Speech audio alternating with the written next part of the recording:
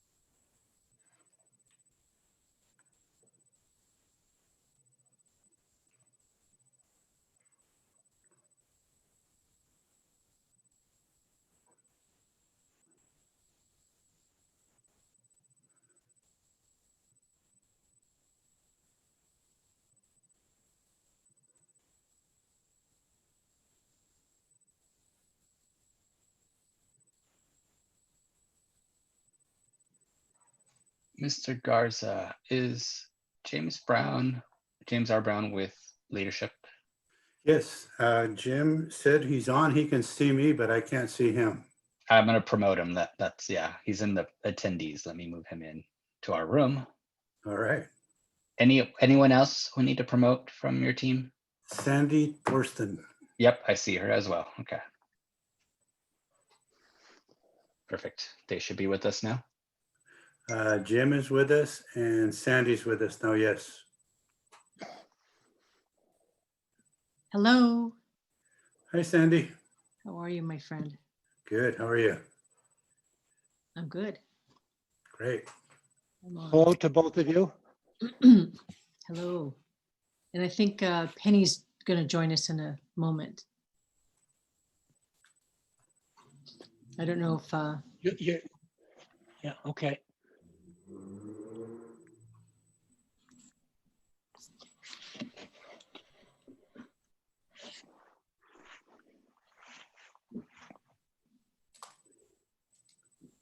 I like the Frito Kahlo look.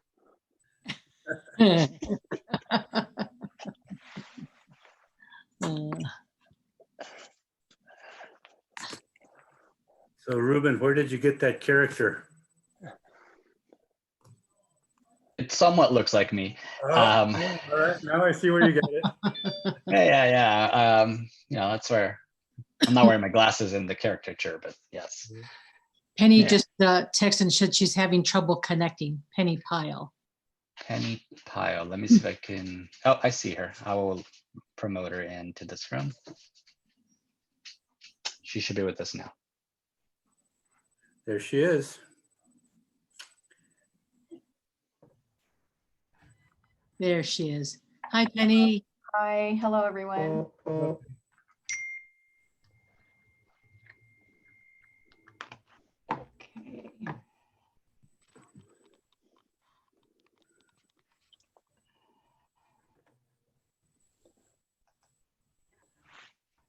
Ruben, there'll be a video of this meeting, correct? Correct. Okay. Tony, In I'm gonna make. in case we need to go back and check our notes or anything. Yes.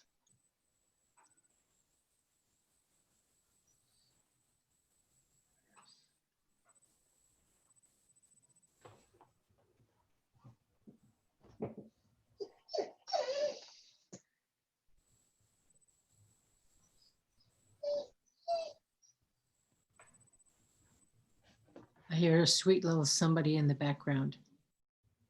That's my dog trying to get me to take her for a walk. Yeah, I suspect either my dog or cat will come running in at some point. Yeah. Bobby, can you make Tony a co-host? I am now. I'm good. Are you okay? Okay.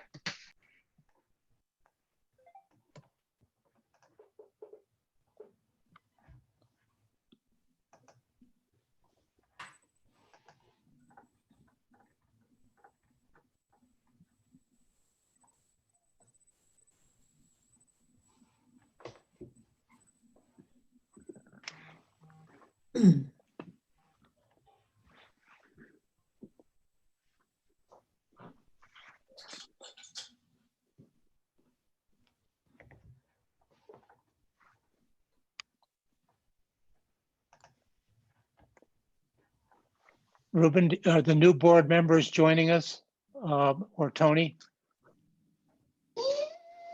They are, yes, they're Yeah, in two the are room here. with us. One, two, Okay. three. We have three. 3 now. Okay. Yep. And 1 current. 2 current. Have they been admitted yet? Yeah, as they're coming in, I'm admitting them into our room. So I believe Mr. Phillips and Tom Panis are here with us. Yep. And 3 of our Mr. board members. Kamen, now I don't see him. No, he's here. He's here. Okay.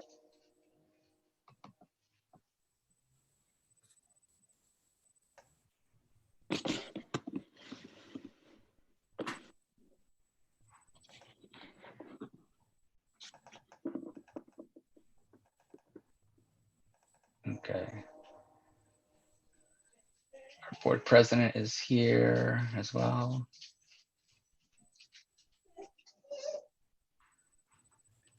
Hi, everyone. Welcome. Good evening. Hello, Stephanie. Hello. Good to see you. Thank you for being here. Welcome, Mr. Brown. And I see so many faces on here with us. Awesome. Okay, so thank you all for joining us tonight. I would like to welcome everybody and just open up the meeting by calling our meeting to order. So I would like to call to order the November 17, 2020 special meeting of the West Contra Costa Unified School District Board of Education. I hope everyone joining us tonight is in good health and that your families are also doing well and in good health. I am so excited to see everybody here. Welcome, Trustee Phillips, Trustee Panas. Welcome staff and welcome everybody at Leadership Associates too. Welcome to the new trustees elect, Mr. Trustee Gonzalez Oy, Trustee Christian, Trustee Reckler, Trustee Smith-Foltz. Welcome. Thank you for joining us today and welcome. I look forward to having you join the discussion and to have the ability to have your input and participation at this meeting. And so welcome as well to Mr. Garza. Great to see you and have you join us for the first time. Thank you. Thank you. And Ms. Thorstensen and Ms. Pyle as well. Welcome. Thank you. Thank you. Pleasure to be here with you all. Great. Same. Thank you. So we can go ahead and get started. Welcome to everybody, to members of the public. As you know, we continue to meet via Zoom for all district and board meetings as authorized by the governor's emergency executive order issued on March 17, 2020. The West Contra Costa Unified School District Board of Education will conduct board meetings via video teleconference until further notice. Thank you. Please join me for the Pledge of Allegiance. I pledge allegiance to the flag. To the republic for which it stands. One nation, under God, indivisible, with liberty and justice for all. Thank you.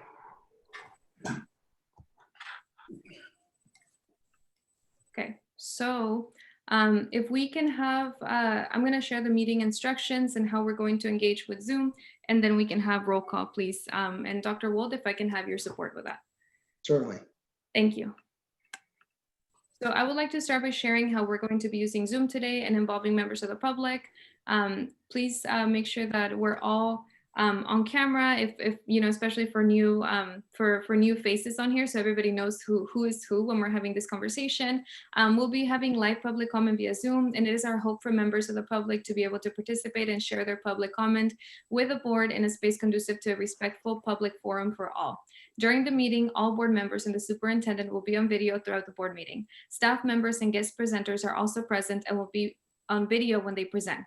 Members of the public will not be on video and will be muted throughout the meeting except for public comment when they have raised their hand on Zoom and are unmuted. The public comment section of this special meeting is agendized as item B, opportunity for public comment on agenda items. Members of the public should raise their hand by pressing the raise your hand button on the Zoom app or by pressing *9 by telephone when the board reaches the agenda item B. If you are calling in with your phone, when your name is called, press *6 to unmute your phone. When we get to the public comment agenda item, a member of district staff will call your name. Comments will be restricted to the amount of time allocated by board policy. Your hand must be raised before the first public comment is read on the agenda item. After the first public comment is read on agenda item B, there will be no additional raised hands on Zoom accepted for public comment besides the ones already raised. In order to be recognized to speak, you must be using your first and last name. Thank you. Now we will share these same directions in Spanish. La sección de comentario público para esta reunión especial ha sido asignada en la agenda como artículo B, oportunidad para comentarios públicos sobre los artículos de la agenda. Para hacer un comentario sobre un artículo en la agenda, se le pide al público que por favor levante su mano al presionar el botón de levantar la mano en la aplicación de Zoom, o al presionar *9 por teléfono cuando lleguemos al artículo B para que pueda hacer su comentario. Si está llamando por teléfono, por favor presione *6 para prender el micrófono de su teléfono.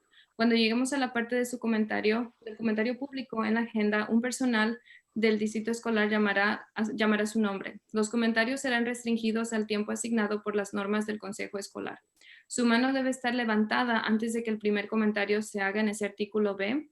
Después de que el primer comentario sea leído, no se aceptarán manos alzadas adicionales aparte de las que ya estaban alzadas. Para ser reconocido para comentar, debe usar un primer nombre y un apellido. Muchas gracias.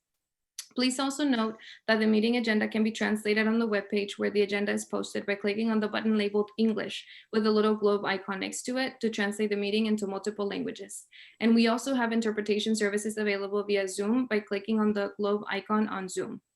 Tenemos servicios de interpretación disponibles también si le hace clic al icono del globo terráqueo en Zoom para tenerlo en diferentes idiomas también. Gracias. Thank you all. Dr. Wold, can we please have roll call? Certainly. Trustee Panis, Present. Trustee Phillips, Present. Trustee Cuevas is not present. Trustee Lara, also not present. President Hernandez Jarvis. Present.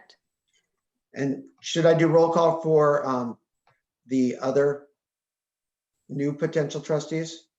I don't think it's necessary, but I think we Okay. should go ahead and do it because I think members of the public would like to know. Okay, in no particular order, future trustee Demetria Gonzalez White, Present. future trustee Jamila Smith Bold, Here. future trustee Othry Christian, Present.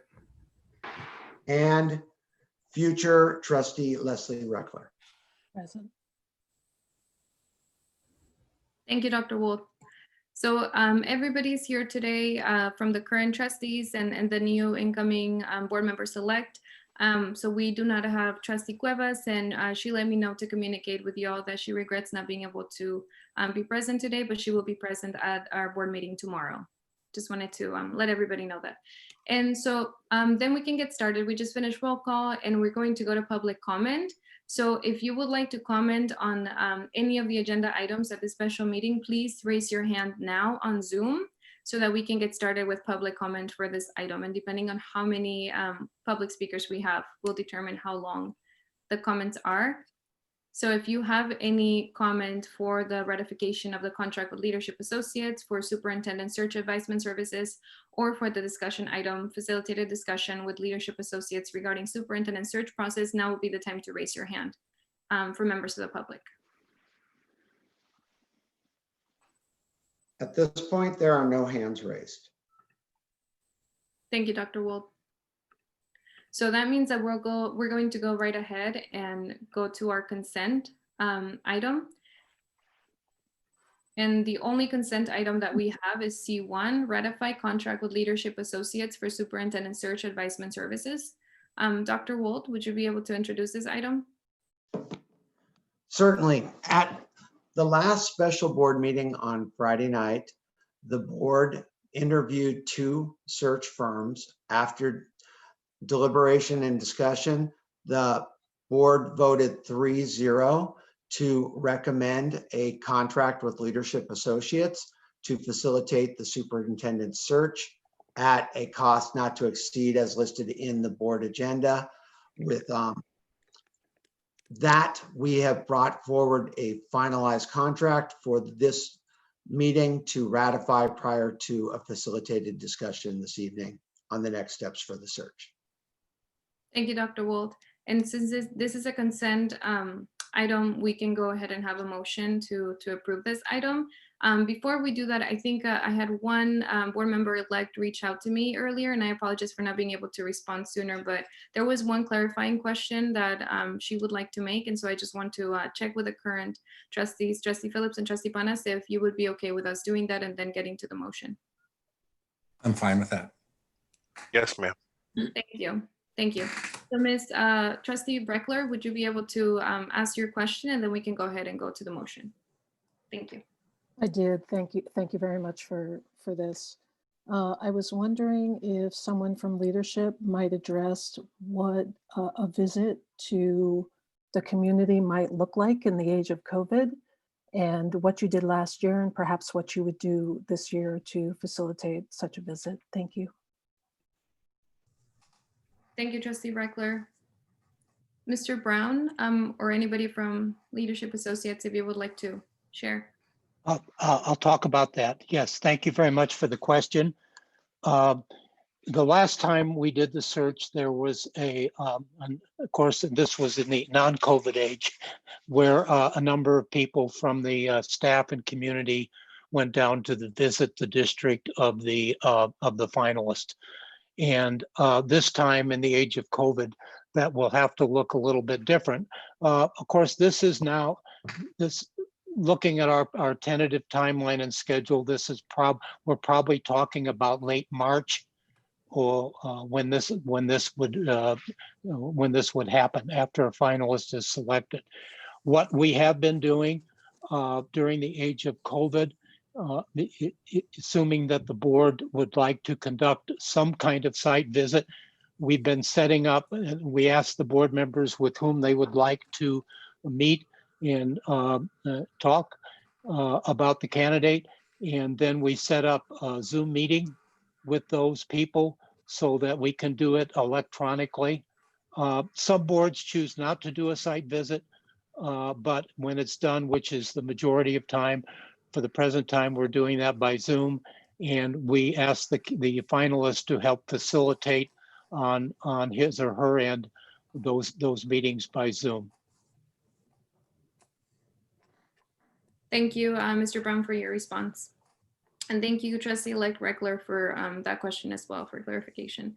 So Trustees Panas and Phillips, are we ready to entertain a motion to approve to ratify the contract with Leadership Associates for Superintendent Search Advisement Services? Yes, ma'am. I move ratification. I'll second it. Motion made by Trustee Phillips, seconded by Trustee Panas. Can we please take a vote? Phillips, yes.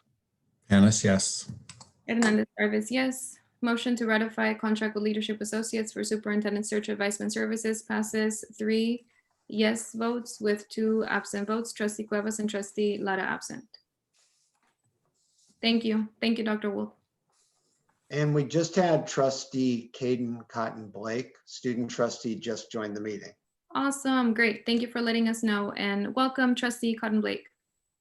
Great to have you here. And Trustee Cotton Blake, we have the meeting, sorry, I'm blanking out. Our meeting is also being joined by the Trustees-elect and Leadership Associate staff. So that's why there's a lot of people right now on camera with us here today. Thank you.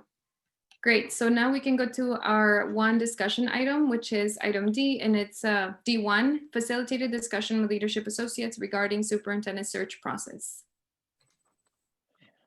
Okay, thank you very much, Trustee Hernandez Jarvis. We appreciate the opportunity to spend some time with you this evening, reviewing some key components of the search process, and most importantly of all, getting your thoughts on the qualifications and desired criteria for the new superintendent, and also for the time. We'll need to come agreement on a timeline and a variety of other matters. So this meeting, we estimate, should take about 2 hours. It may go faster. It may go a little bit longer. We also appreciate the opportunity to meet those of you that have been elected to the Board of Trustees. We're very privileged to work with you and your community in helping you select your next superintendent. So thank you for being part of the process tonight. I do want to mention that at the last minute today, we received news from one of the members of our firm who was scheduled to be part of this search, Eric Andrew, that he has gotten word from his doctor that, and it's related to a blood clot in his lung, that he has to restrict himself from activity and work until the first of the year. And that's sort of a tentative date. So we're fortunate to have Juan Garza, who is on our screen, join our team, and welcome to Juan. And I know, Juan, you'll look forward to meeting everyone. Can you say a little bit about yourself so people get to know you? Well, thank you. And it's a pleasure to be able to step in for a colleague, Eric Andrew. My name is Juan Garza. Prior to joining Leadership Associates 3 years ago, I was a superintendent in Kings Canyon School District. That's 30 miles southeast of Fresno. A district of about 10,000 students. We had about 23 schools. I was a superintendent there for 15 years. Before that, assistant superintendent in HR, high school principal for 10 years. And then my career goes back to starting as a teacher at a high school, a son of migrant farm workers, and started out school as an English learner like many students in California today.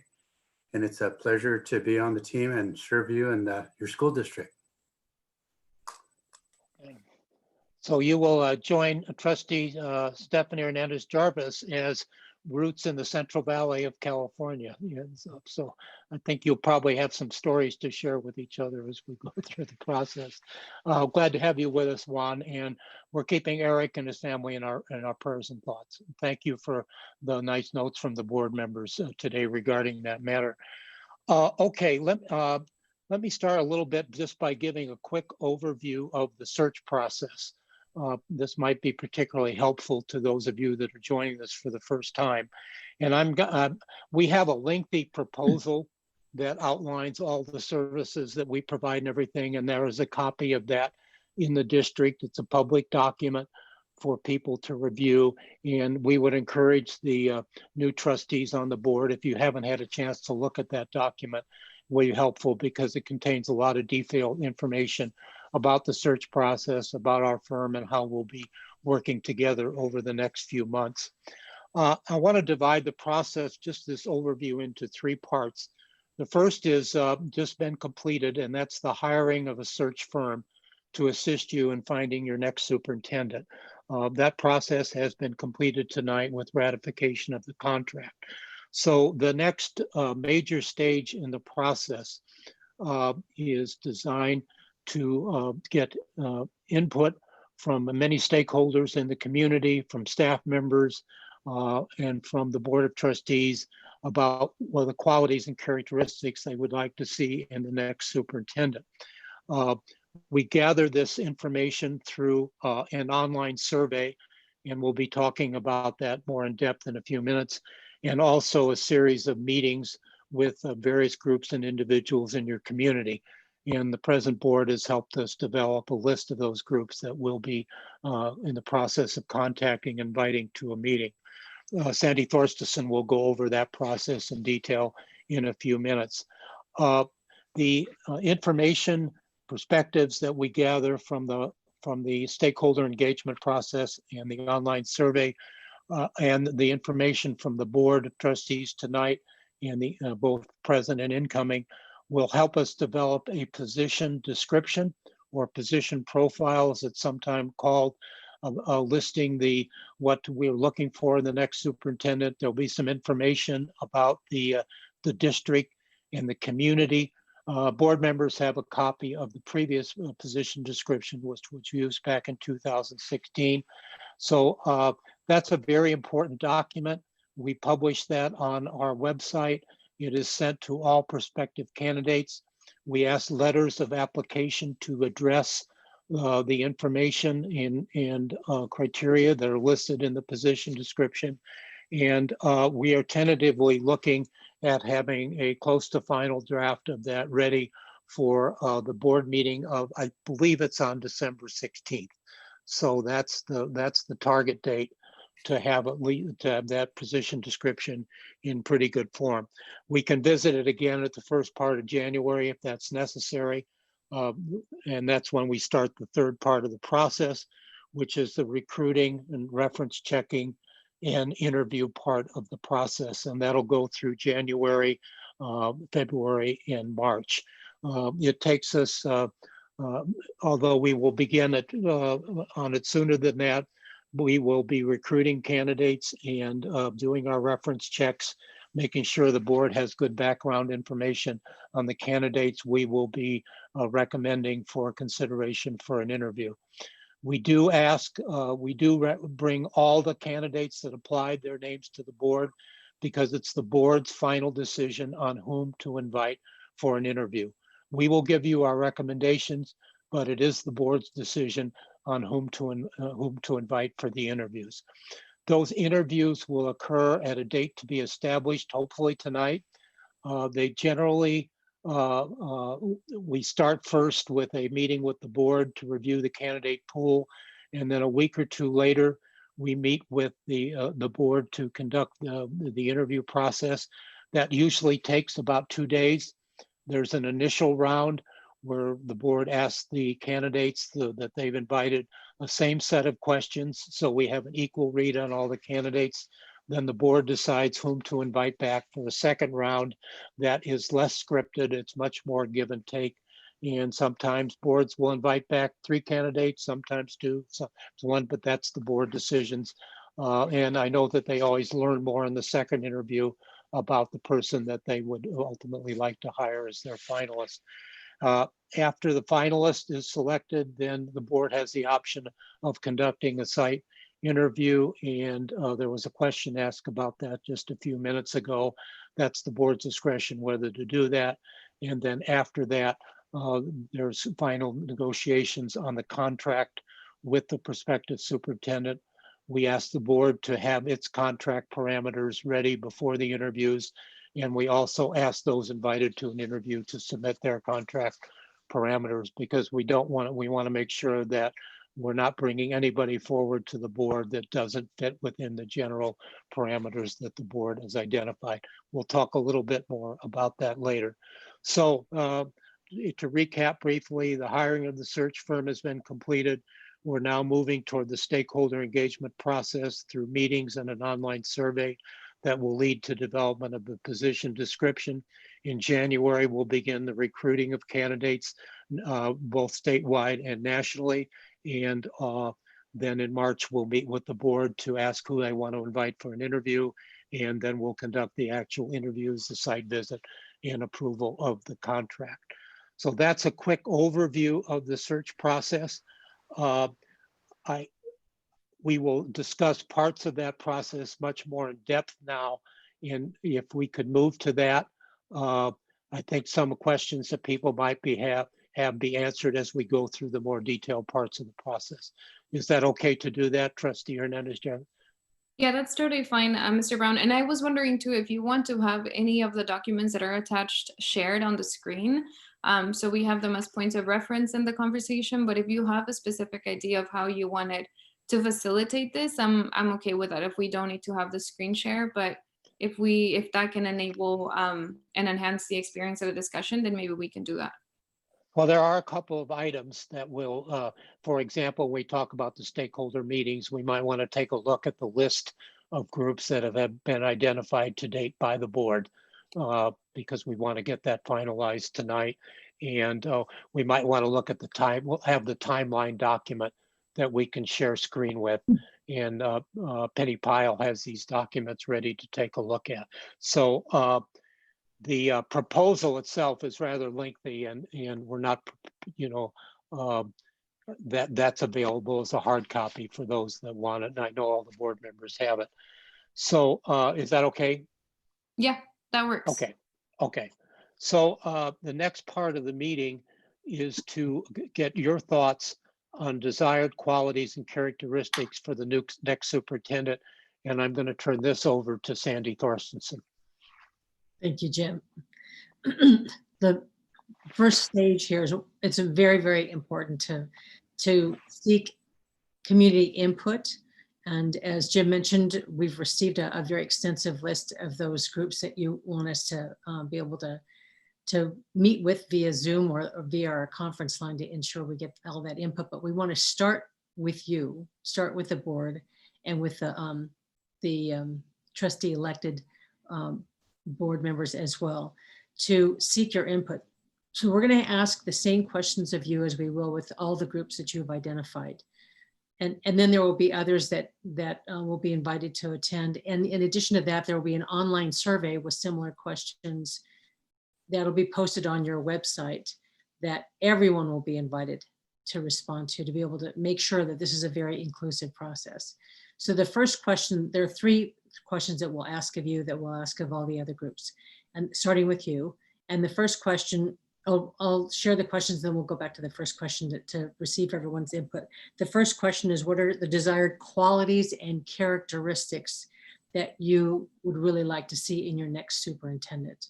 Again, that's the desired qualities and characteristics. So it's personal qualities and professional characteristics that you feel are most important in the person who will be leading along with you, West Contra Costa.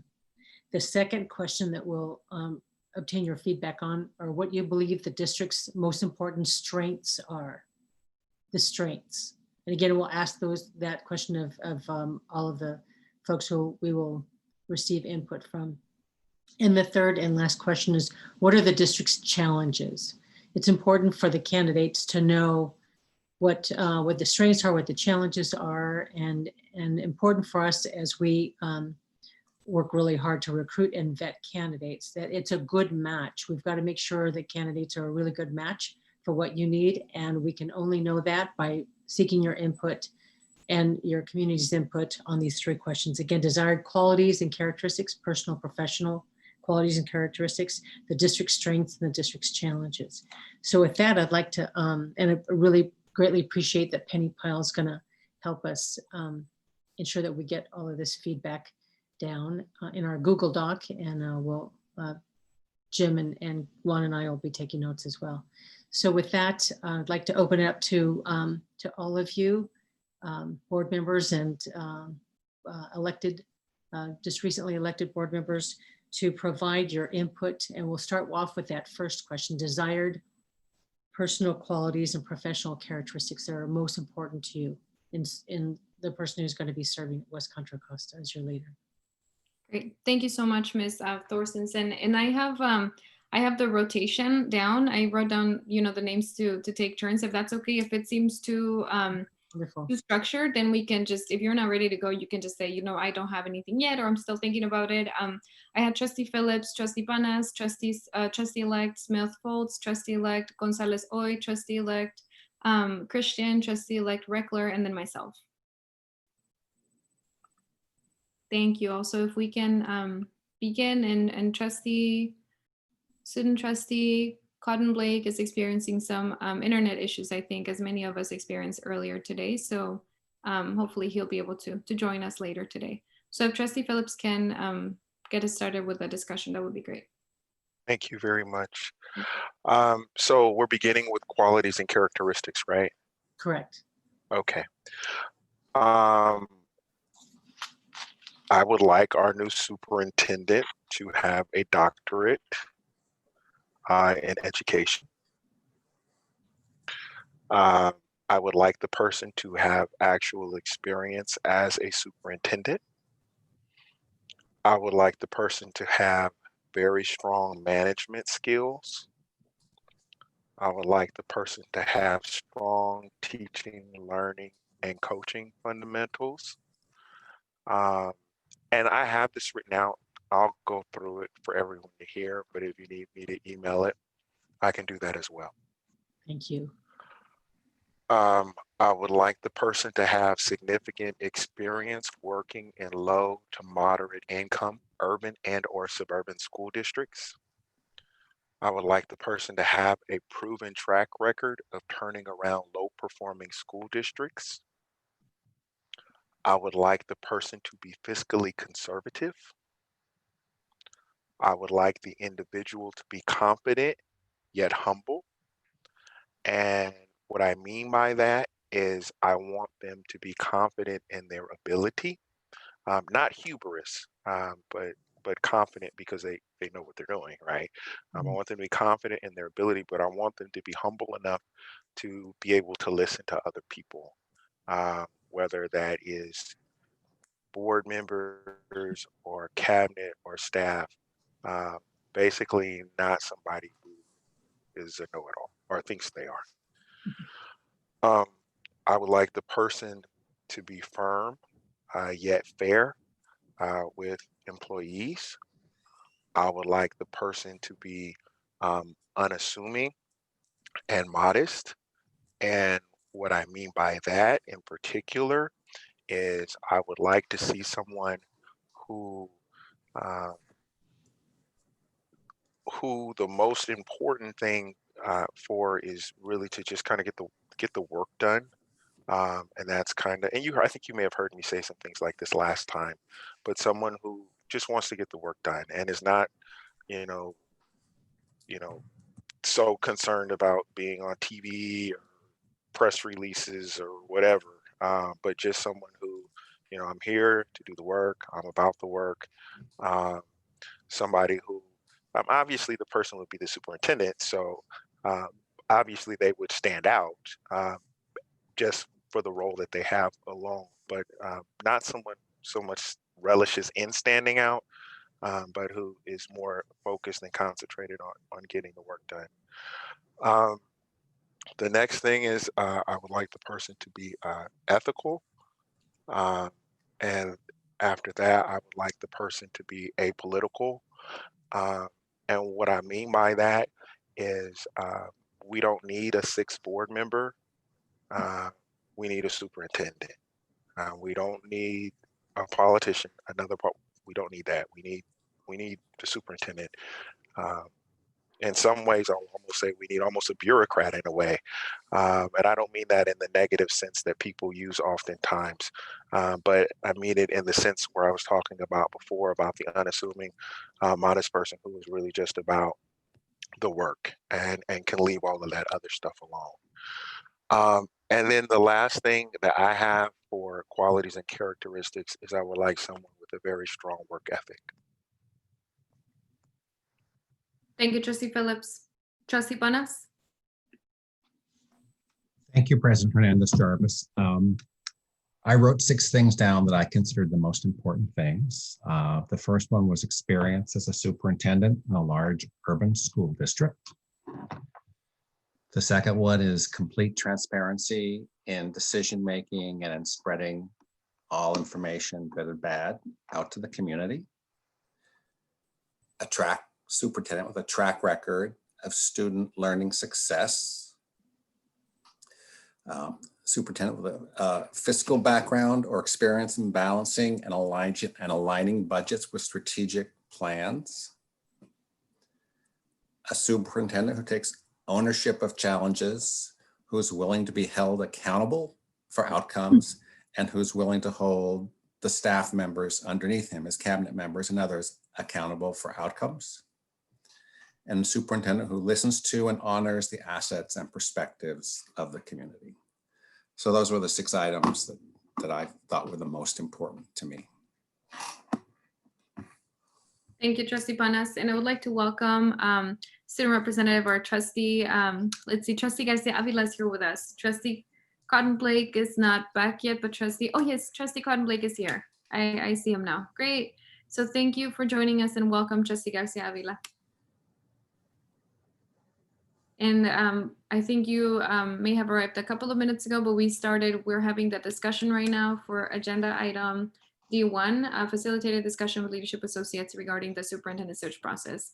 And Trustee Phillips just had a chance to share his input, and now Trustee Panas did. And so now we're starting with the other trustees elect who are in the panel as well. So we're going to continue on with that. And if you also want to share your input, feel free to also let me know. I want to give you a few minutes to have your notes ready, and then you can share when you're ready as well. Thank you. So Trustee-elect Smith-Foltz. Hi, good evening. In preparation for this meeting, I talked to a small part of the community that I'm in, and I talked to teachers. And some of the things that they said are the same things that Trustee Phillips and Trustee Panas have said, so I won't repeat those. But some of the things that were not mentioned that I would like to make sure they're on there are brave, courageous, strong, a planner, efficient, in tune with the community. We did talk about experience in the classroom. Visible is another one that was brought up a lot. Available. And to make sure that this person knows that they need to continue the work of race and equity that's going on in the district. And a strong instructional leader, which I believe Trustee Phillips has said. I do have a question, and I'm not sure if this is the place for it, but I just want to put it out there. Your search party, how diverse is your search party? How diverse is the people who are actually going to look for the superintendent that's going to be brought back to us? That is a question that I have. Thank you very much. Very happy to report that we embrace diversity in our firm and we reflect diversity in our firm. I'm 100% Latina, and Juan Garza is as well. And Eric Andrew, our partner who fell ill, who is on this team, who we hope to see as a continuing member of the team second semester, is African-American. And Jim Brown is our Yoda. So it's just a smattering. We have women, we have men, we have members of all different groups that really demonstrate our commitment and our belief in the strength that is diversity.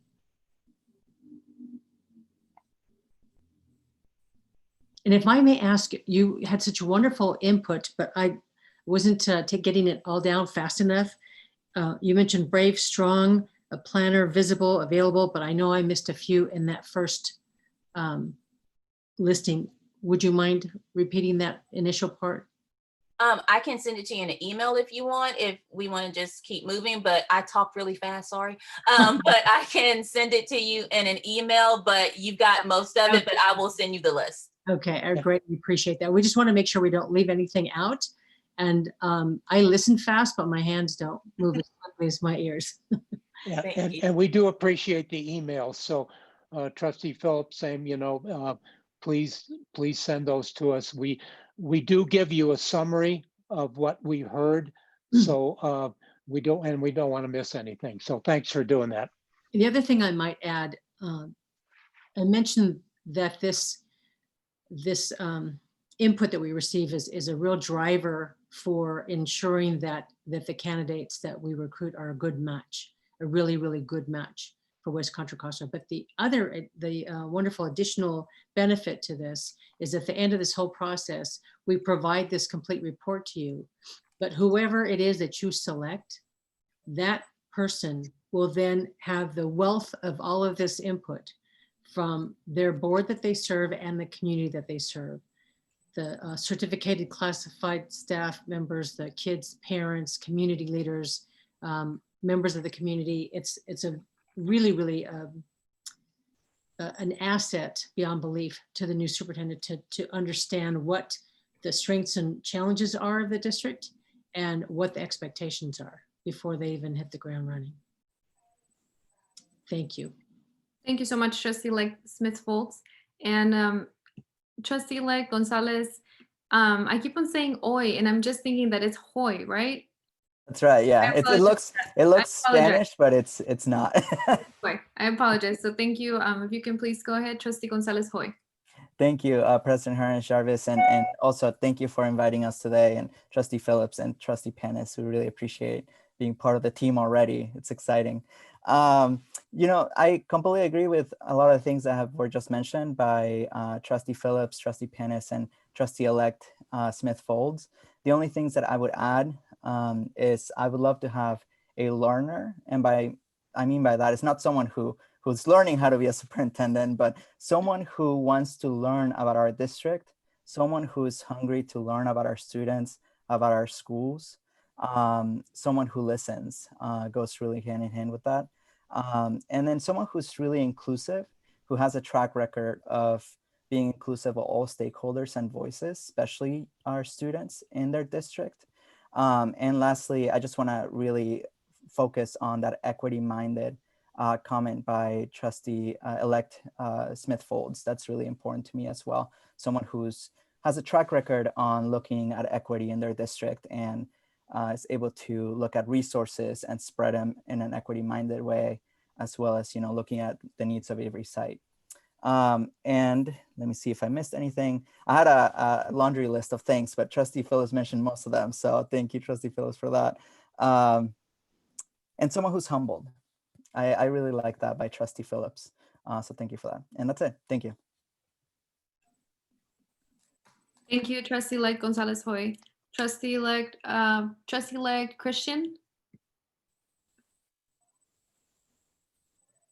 Hello, can you hear me? All right, cool. Yes. Thank you.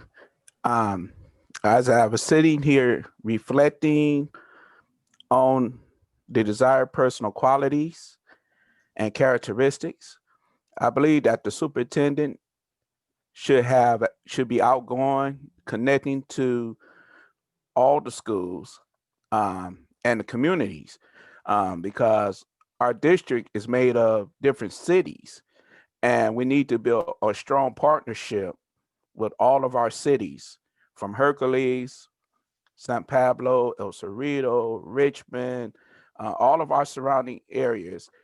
And then at the same time, making sure that he connects with the heartbeat of the community of the district, and also building up the morale in the district.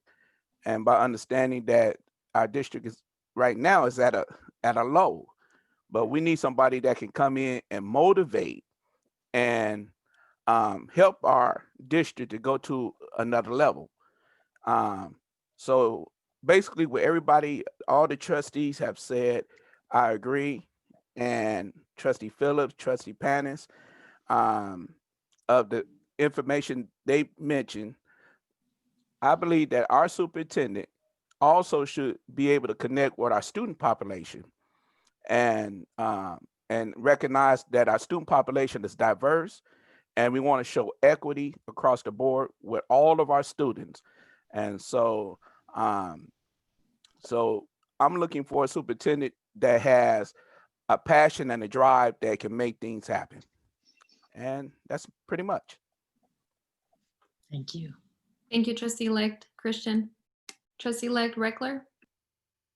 Well, I guess the best thing about going last is that it's pretty much all been said. So ditto to everything that was said previously. And just to add a few things, I am looking for someone who can push the system, modernize and innovate. I am looking for someone who can inspire and motivate and get everybody marching towards that goal. I also think that someone who's very collaborative is important, and also someone who is genuine. And then some things that really stood out to me is previous experience as a superintendent, or someone who has run a portfolio as large and as complex. Proven track record of working with like students that we have with a proven track record of results and improvement. An instructional leader. And then something that Board Member Phillips said last week has stuck with me this entire week up until this meeting, and that is he described a workhorse, and I understand exactly what he is talking about. And it's, you know, we're not glamorous here. We are head down, we are get the work done, we're humble, and I very much agree with that character that Board Member Phillips described last week. And I'm complete, thank you. Thank you, Trustee Reckler. Trustee Garcia Avila, I wanted to circle back with you, and Trustee Cotton Blake, if you wanted to also share your input right now. I can go first. A lot of the things that I was writing down have been said, so I'm just going to go quickly. So transparency with like community and staff, a clear vision of what needs to be done, what they really want. They also need to be a good listener, so listen to parents, students, and staff. And they also have to be like student focused and student motivated, and continue practices of anti-racism and equity in our system. I think it's super important, especially for the future. So yeah, thank you. Thank you, Trustee Garcia Avila. Trustee Cotton Blake.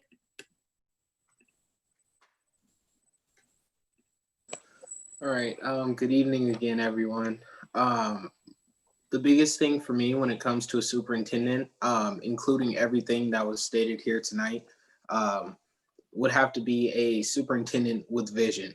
So I heard one say, one that's fiscally or financially conservative.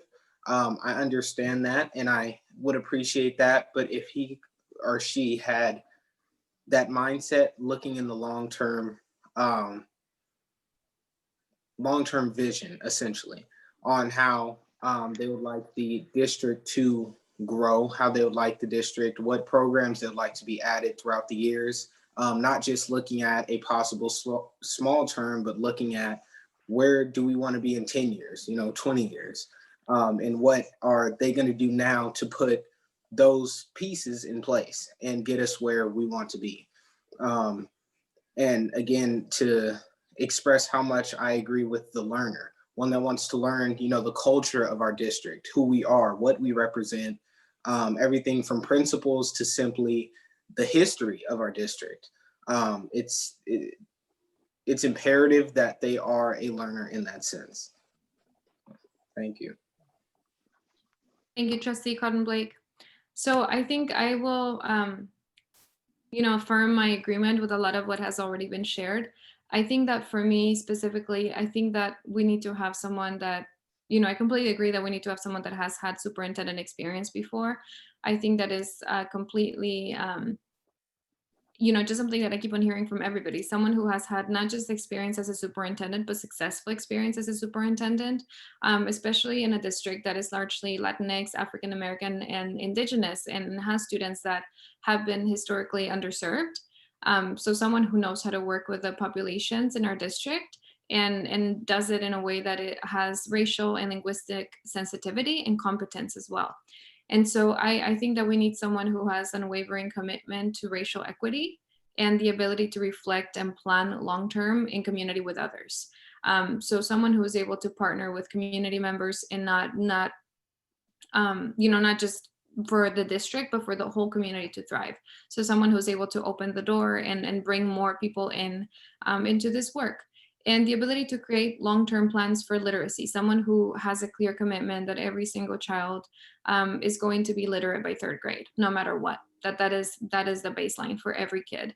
And for older students who are beyond 3rd grade now, when they come and take the role of superintendent and lead everybody here, that they will be able to commit to also saying that those students, when they graduate from WCCUSD, they will be fully literate and able to access text at their grade level and beyond their grade level. I would also say that we need someone who has experience working with parents as leaders and partners, not seeing them as the passive advisory role. And I think also someone who sees students as active leaders in their own right and in their own communities within schools. And someone who's able to manage adults and give guidance, as well as hold accountable each person that reports to them directly. and someone who likes to work with board members too, who's able to communicate well and have that openness and welcome collaboration with board members. That's it for me. I don't know if anybody else has anything else to add. I think everybody had amazing input. So I think maybe we are ready to go with the next question. And we can also continue the same round. President Hernandez Jarvis, there was one hand that came up after public comment. I'm not sure if the trustees want to have that person speak or not. That would be fine right now. We can do that. I know that, you know, for the special meetings, we have the public comment right at the beginning for all items, but we can go ahead. If we can ask for the public comment to be 2 minutes maximum, that would be great. There's now a second hand, so there are two hands. I'll do the first one, and that's Don Gosney. Okay, so let's do 1 minute, please, then. Thank you. Not a problem. Thank you very much for this special consideration. You know, I'm looking at the lengthy list of groups to invite to participate in the selection process, and I'm impressed with how broad the list is. It seems that you've listed just about everyone except the Little League and the Girl Scouts.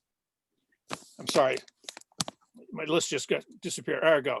With close to $700 million in bond funds available to renovate and rebuild our crumbling infrastructure of schools, the Citizens Bond Oversight Committee is surprised at the glaring omission of a representative from the CBOC on this list.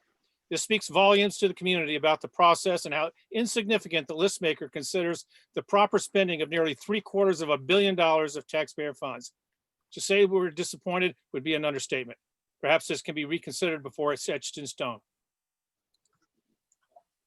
Thank you. Thank you, Mr. Gosney.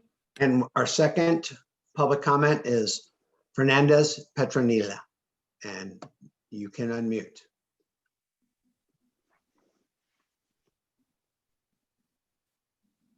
Hello, good evening, board members and staff, and welcome to new board member too. My name is Petronila Fernandez, and I am a parent of the district. I have a 4th grade student at Forest School. One of the reasons I am coming for today is because this is especially for superintendent. As a parent, we need a collaboration with the parent community. We need a very good engagement, and actually, I would like to see more the new superintendent show data to the parent, how our resources, how the student data for, especially for all of the category for low income, foster youth, special education data, how is the district is facing and how is the end of the 1 year will be supposed to improve. As a parent, again, it is very important to having input from us, and I invite all of the person there to engage with the parent, have the possibility to provide parent voices, actually be a part of this. Thank you so much. Thank you, Ms. Fernandez. And that ends public comment. Great, thank you, Dr. Wolf. So we can go ahead to, dive into the next question. If we could go, if we could review it, please, Ms. Thorstensen. Certainly. We can combine the last 2 questions into one, and that is, what are the district's strengths and what are the district's challenges? Let's do that. Thank you. So Trustee Phillips, again, if you can get us started with the conversation. Thank you.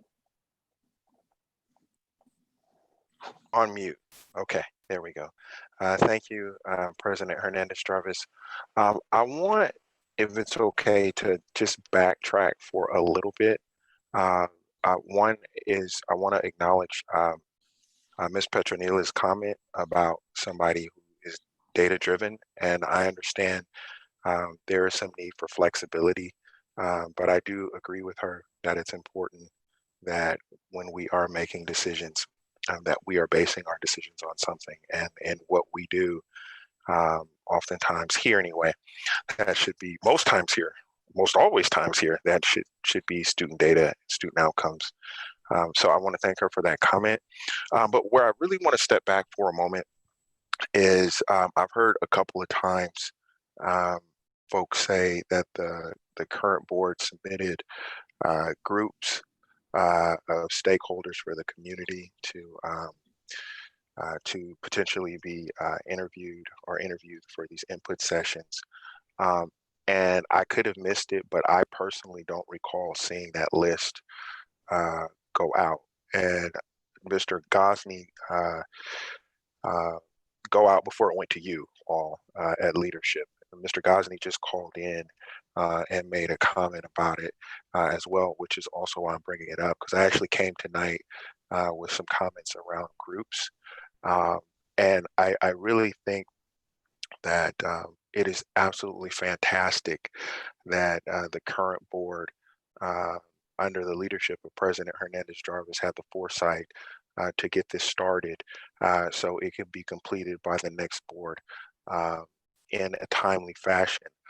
But at the same time, I really think we should be hearing from the trustee elects about which groups they think should be interviewed. And that doesn't necessarily mean somebody else can't be interviewed, but they may have a different opinion about what that list should look like. And obviously, depending on who or what entity is on that list, the outcomes or the input that you all get at leadership may be different. And in some instances, it may be very different. And so I think, like I said, it's great that this current board has started this process under Trustee Hernandez Jarvis' leadership.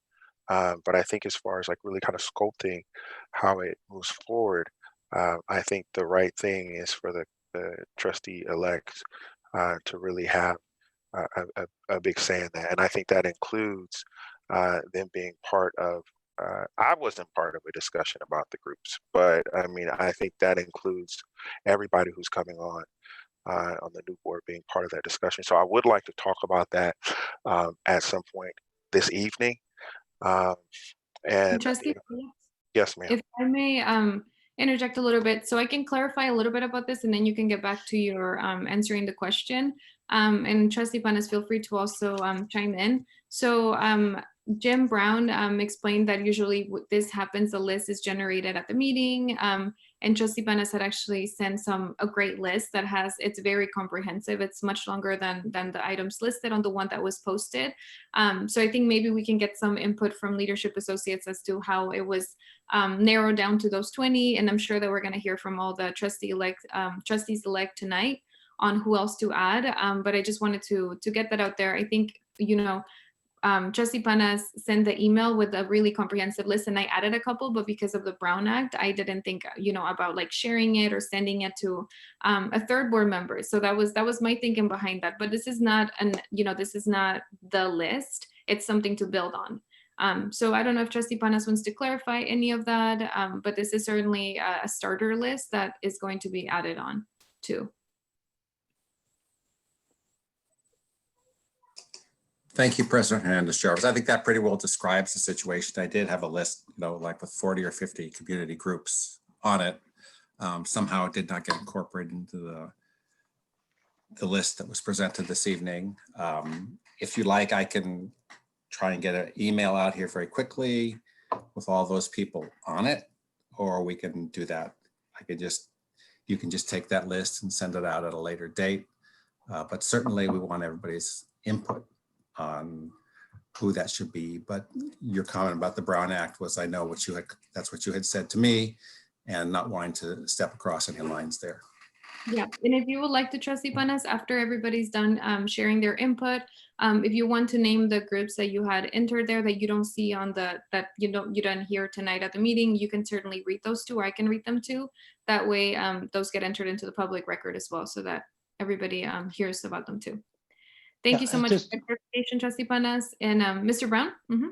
I just wanted to add to that the intention of the meeting tonight is to build on the list that we have to get the perspectives of the new trustees and anybody else in the community that the process has started. Usually it doesn't get started until tonight. So nothing is finalized until we have this meeting this evening, and we really welcome the suggestions. I think we can show you what suggestions we've had so far from a couple of board members when we get to that item on the agenda, but that's wide open tonight. And for example, the bond committee, that would be a very important group to include in the process. And I think we'll get some more good suggestions tonight. And I'm glad we've got a good start. Great, thank you so much, Mr. Brown. And we can get started with answering the question. Trustee Phillips, if you want to chime in about the strengths and the areas of need of the district, and then Trustee Panas, and then we can get to the board members elect. Okay, but just so I'm clear, before we leave here tonight, as a group, we're going to revisit this list. Yes, yes. Okay, thank you. So starting with strengths, we have a really rich community, and I don't really mean money, but I do mean rich in personality, rich in experience, rich in culture. Uh, I think it is a good word, to say that there's humility here, but I also think that there's a lot to be proud about as well, in the community. Um, and I think that those are all um, things to be valued. And I think that, I guess if I was to sum it up in any one way, is I'd say that good people live here. Um, and that, maybe that's my definition of good people, but good people live here. Decent people live here. People who are worthy and valuable for who they are intrinsically live here. And so anyone who wants to come in this community really has a lot of upside to work with, because there are great people here. And when I mean people, I'm really talking about the whole 9 yards. I'm talking that we have, I'm not saying everybody is perfect, but we have some great staff members. We have some great parents. We have some great students. We have some great community partners. I mean, there are good folks here.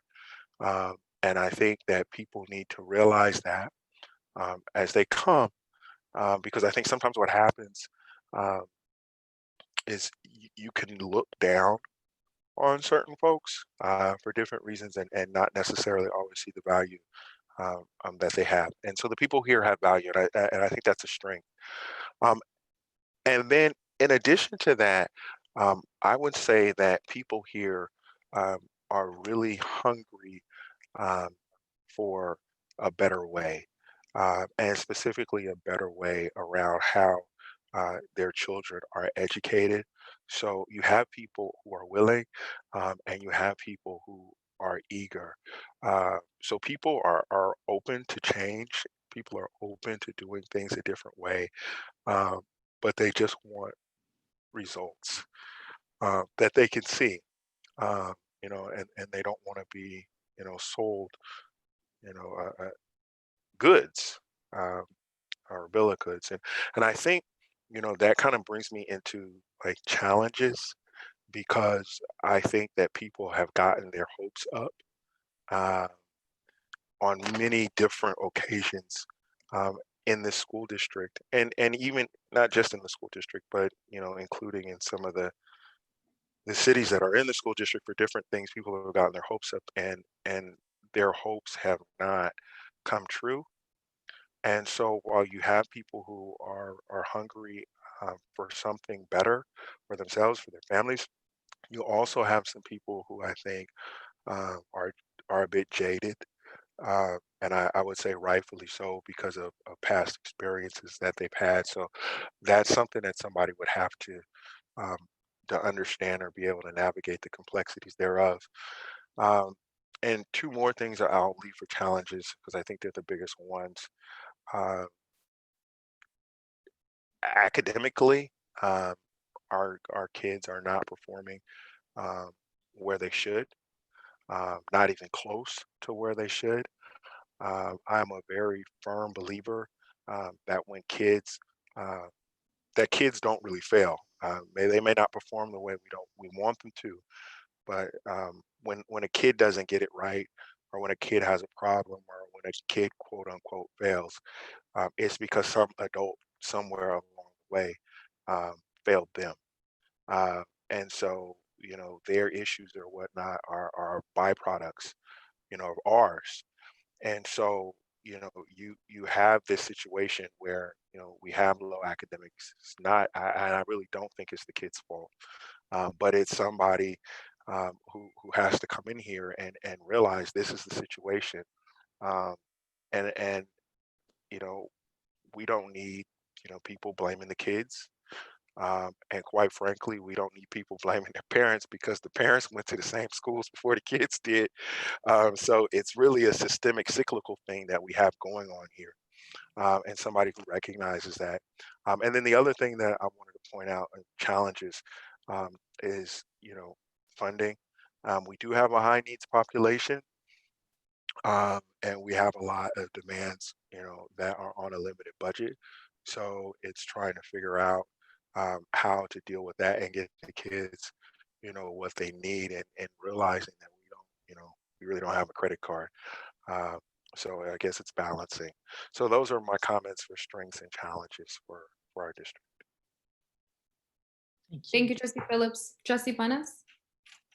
Thank you, President Hernandez-Jarvis. So on strengths, we have amazing, amazing diversity in our district. And we have the smartest, most brilliant, most creative kids on the planet. We have parent communities that are so dedicated. It's amazing to see that. We have community groups and philanthropic funders who are so dedicated to improving outcomes in our district. And we have a really dedicated staff who cares about kids. On the other side of the ledger, you know, we have a huge achievement gap and it's gotten worse. We haven't made hardly any progress on our roadmap. There has really been no significant focus on equity, and I'm talking like just equity in terms of making sure every kid has what they need, but also racial equity and a commitment to anti-racism. We have large facilities challenges in our district. We have new money we can spend, but there's just like so many facilities issues that we have to face up to.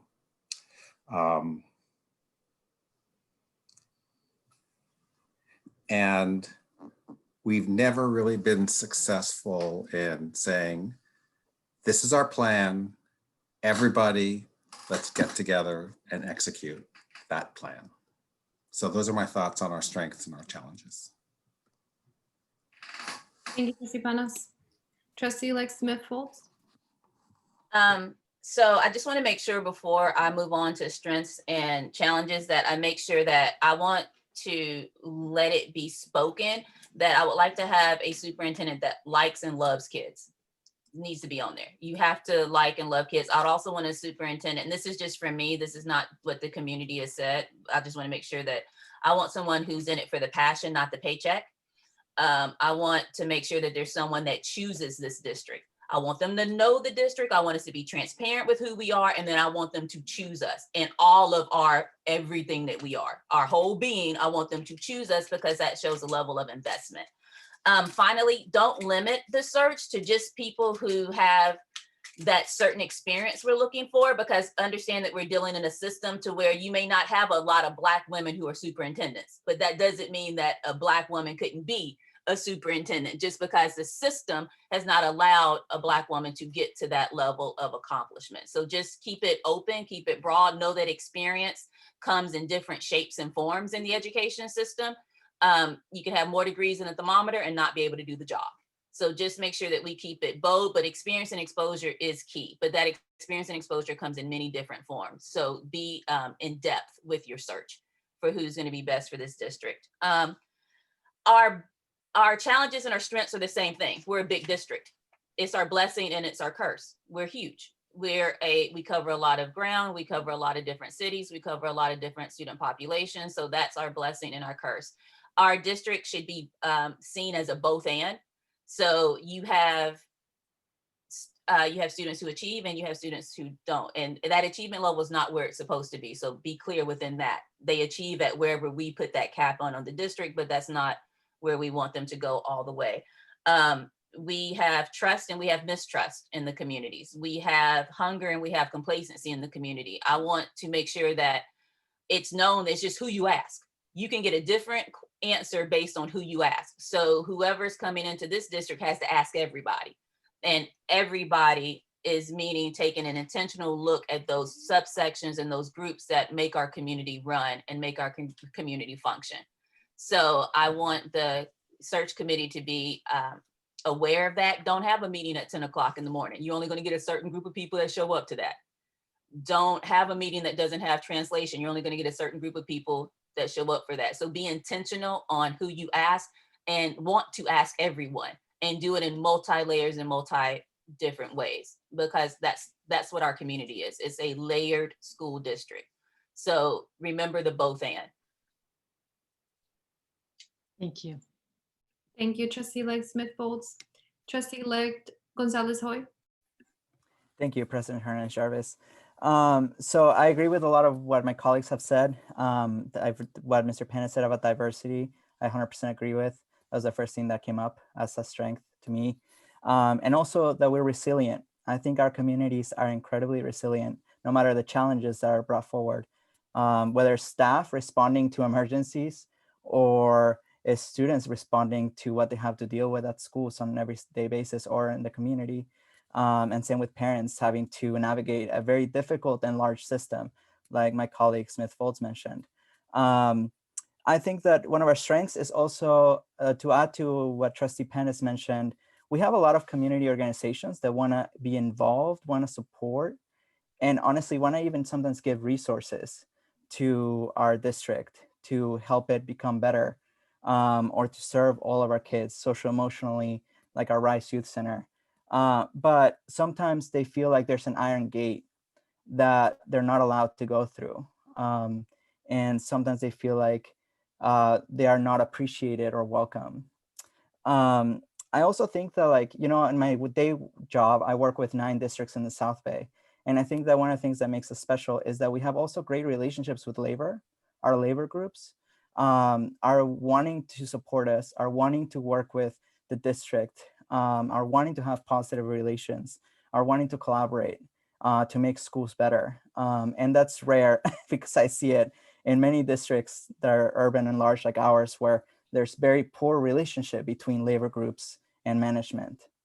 And, you know, some of our challenges is some of our cross-site collaboration is a huge challenge. I think that we're doing amazing things in many of our schools, but sometimes we don't do well at sharing what's going well in those schools and how it can be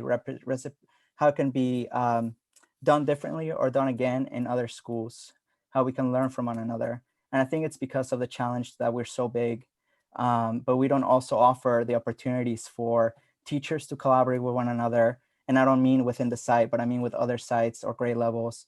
We don't always allow principals to share resources and what's going well and what's not going well at their school sites with each other, because there's so much bureaucracy and so much paperwork that they have to go through.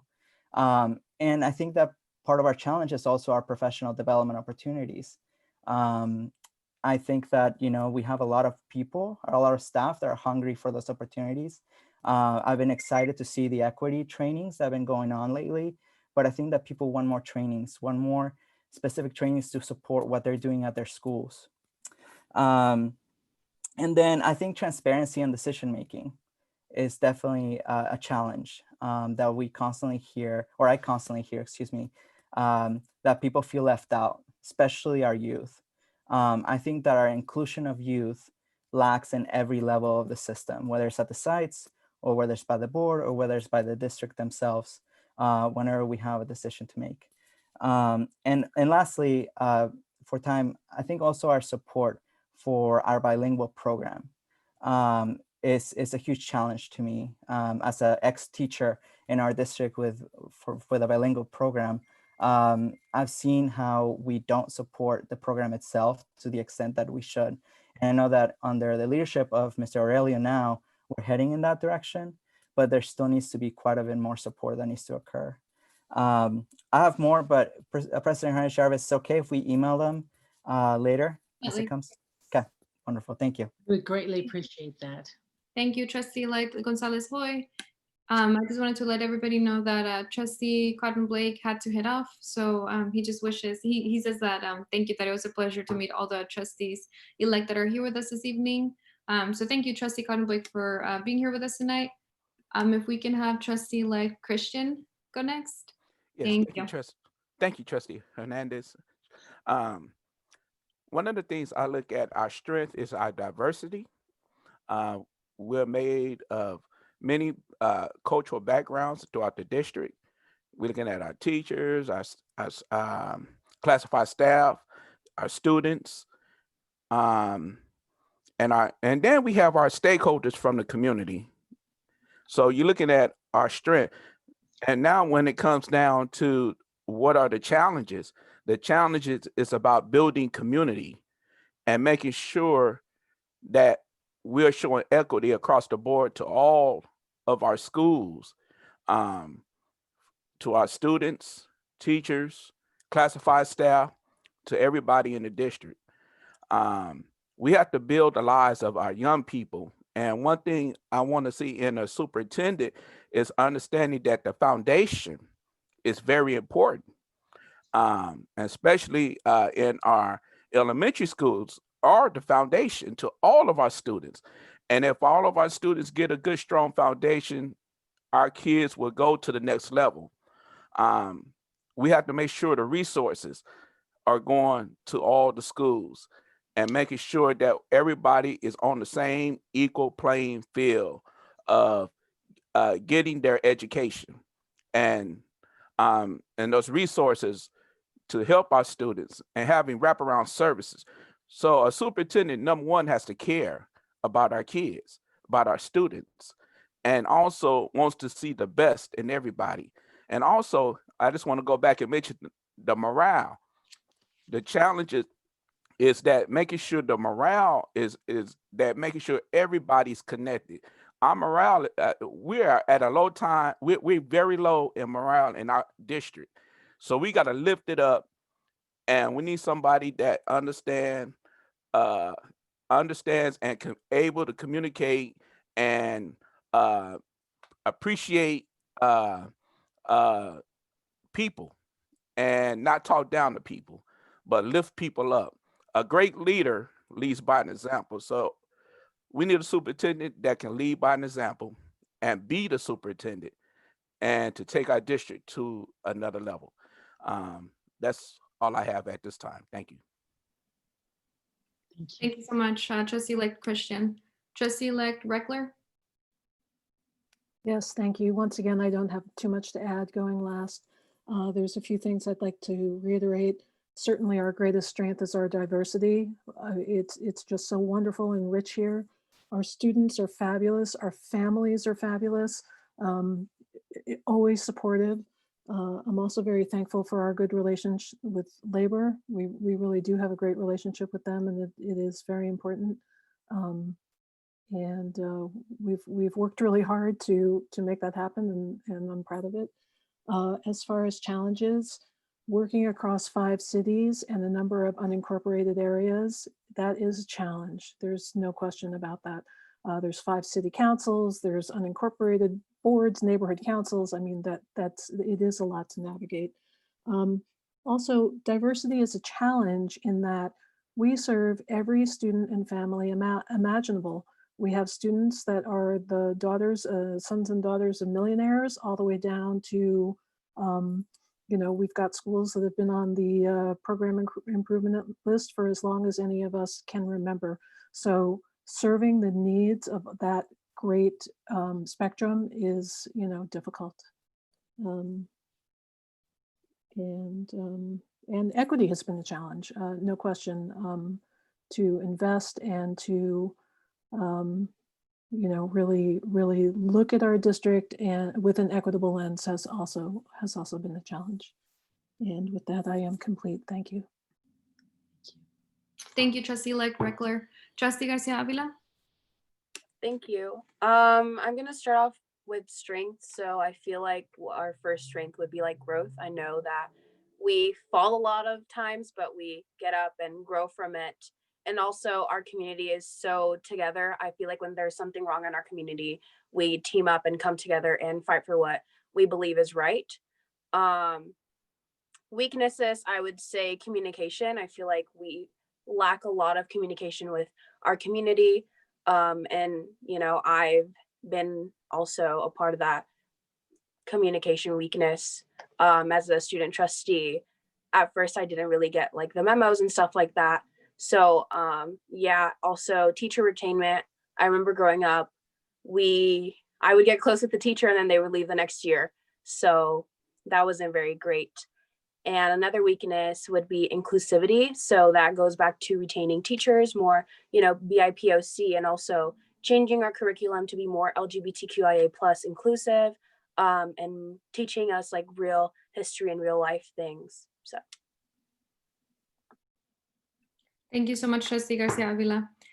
I want to also agree with a lot of what has been shared already. I think that for strengths, I would definitely say that I have witnessed so many school leaders and teachers who go above and beyond to create learning environments that transform the educational journeys and the lives of students in very literal ways. I would say that we have, we have plenty of parents, guardians, families who are leaders and who are partners and who want to collaborate and leverage their experience, not just in roles that are more passive and advisory, again, as actual partners. And knowing, they may come from different fields, from different areas. They may be, they're just equipped with a lot of knowledge, not just as parents, but in addition to parents, also as humans and with their own experiences, rearing children in an educational arena as well. I would say that, of course, the kids, for being their full selves every day and being the core of our communities and families, and all of the creative and magical and beautiful dreams that they have, that we in turn have to support. And also the regional and historical communities, the diversity and the different languages, cultures, traditions of all the children and families that we serve. I would say that we're also, as a positive, as a strength in our district, we have entered, I think, a time when more of the conversations that have been kind of on the margins around race and equity, inclusion, language, and diversity are coming more to the center and the forefront, even though they have been happening for a long time. I think that we hadn't had it as the centerpiece for a lot of the way that we speak about the work that we need to do.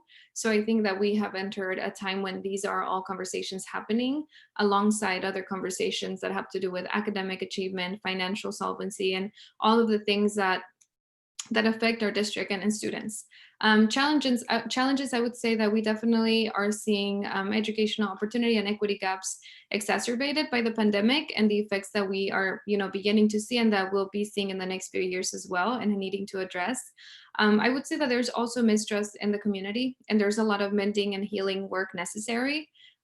Whether it is for fiscal transparency, for more need for accessibility to financial documents and information. And so I would say that there's a lot of mending and healing to do, a lot of that work. I would say that we also have a lot of systemic needs and long-term plans, specifically around literacy programs that we offer, the ways that some district and departments work, some district offices and departments, such as volunteers, transfers, things that are more technical, but we still need to hash those out more. And I would also say that, when Trustee Garcia Avila was talking right now, I thought about like student voices and what does it look like to include student voices, and more so high school students too, because I think that they have entered a time in their life when we're about to say, like, here's your degree, you finished these years of formal education, but like, how do we involve them in this process? And I'm thinking specifically around issues that do create rifts in the community, like police on campus. I know that is something that will need to be addressed. So I think that having their voices heard, and not invited just to say something quick and be done, but like invited as partners in the work too, is important to make sure that we do. So I would say we have a lot of strengths and a lot of challenges that I think we will continue to need to work on and to face fully forward. That's all that I got to say on this. If anybody has any final comments or thoughts that they would like to add that have not been shared. Certainly beautifully rich feedback from everyone. And I might add that it would be extremely helpful if we could have those thoughts emailed, probably directly to Jim Brown, and then he can forward to our team so we can ensure that they're included in our Google Doc as we continue on with this similar process with the very, very extensive group of people, the groups, I should say, groups of people that that you've asked us to contact, and the list will continue to grow by the end of this meeting. Certainly. And so what would you like to facilitate next, since we're done with the first 3 questions? And if we can have Dr. Wold or Ms. Haney, if somebody on staff could forward the email of Mr. Jim Brown to the new board member select so they can get in contact with him and send them the emails. Thank you. I believe that the next item up is the timeline. Is that correct, Jim? The online survey, I think we want to talk about that briefly. Okay, So before the timeline? yeah, let's do that. Since we're talking about engagement and strengths and challenges. Okay. We also have an online survey that we use, and we, particularly during the pandemic times, have gotten very good responses to that. We made a couple of changes in it based on our previous conversations with the board, but it helps us to use a fairly standard format in different places because it gives us a better read on what people are thinking. We can do some comparative analysis. So what we'll need, and I sent a note to Robert Jordan about this and Marin the other day, we'll need to have that, and Debbie, we'll need to have that made available through the district website. It will be available in Spanish and English. And if there's another language, we can address how we might best get that. And we'd like to run it from November 30th to December 10th. So to run it for 10 days, we want to give people plenty of advance notice about the survey and encourage widespread participation. And with the survey, we will give you the results of that survey in detail. You'll see the comments. There's a place that people can do ranking of different leadership characteristics. There's a place they can add their comments and suggestions on qualities and characteristics and strengths and challenges. The new trustees and the present board will get all that information along with a summary from us.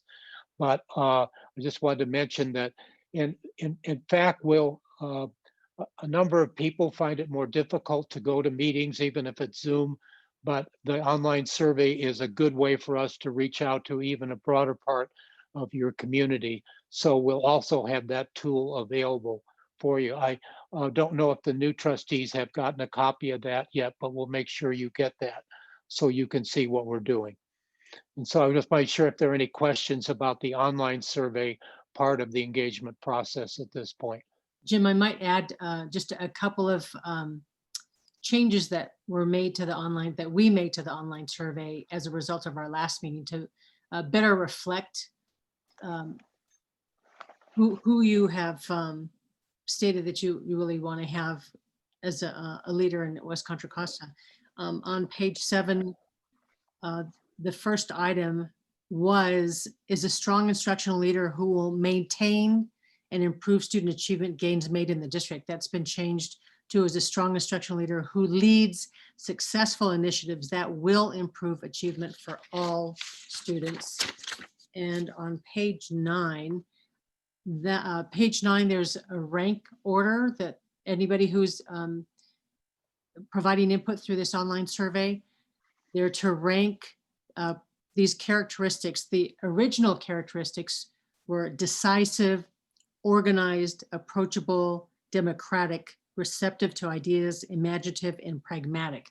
The new revised that we're offering would be equity-minded, empathetic, consensus builder, visible, collaborative, accountable, that's holding themselves accountable and others, courageous, and visionary. So we believed that the revised list that we offer to you for the online survey would better reflect West Contra Costa.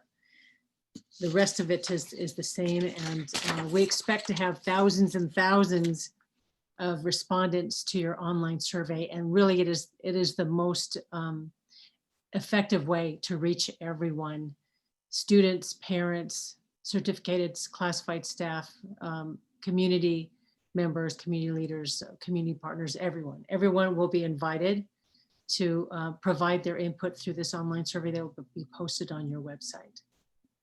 Yeah, we'll work with Robert on the wording for that on the website and be helpful in that regard. And it will at least be translated to Spanish. Yes. Right. Absolutely. Thank you so much, Ms. Thorstensen. Do any board members have any questions, or board members elect have any questions or clarifying questions or comments for the online survey revisions that were just read? Trustee elect Gonzalez Hoy. Thank you, President Hernandez Jarvis. It's actually a suggestion, which is that for staff, we have these Fridays that we're putting aside for PD and for site work. I would actually encourage staff if we could have a day in between those 2 weeks where staff is given time to do the survey. I think that will encourage participation district-wide. Good idea. Obviously, those days are already scheduled, but if we could shorten something just so they have a little bit of time, because everybody is overwhelmed right now. So as a survey right now sounds like added work. So if we can just embed it into their work, I think we'll get more participation. Thanks. Good suggestion. Thank you. Trustee elect Gonzalez Hoy. Seems like that was the only comment that we have for the online survey. So I think we're ready to go on to the next part. President Hernandez Jarvis, may I ask a question? Yes, Trustee elect Smith Foltz. What's the number that the leadership team has for, okay, we've covered an amount of people. Like if we have 32,000 students, if we have a number of so many teachers, if we have so many staff, what's that number of surveys that you get back that says, okay, we've covered it? If you only get 50 surveys back, then no coverage. If 32,000 students, if you only get with the first, I looked at the survey and the first box is, how are you related to this survey? Are you a parent? Are you a community? Are you a teacher? Are you a student? If you only get 10 students back, no coverage.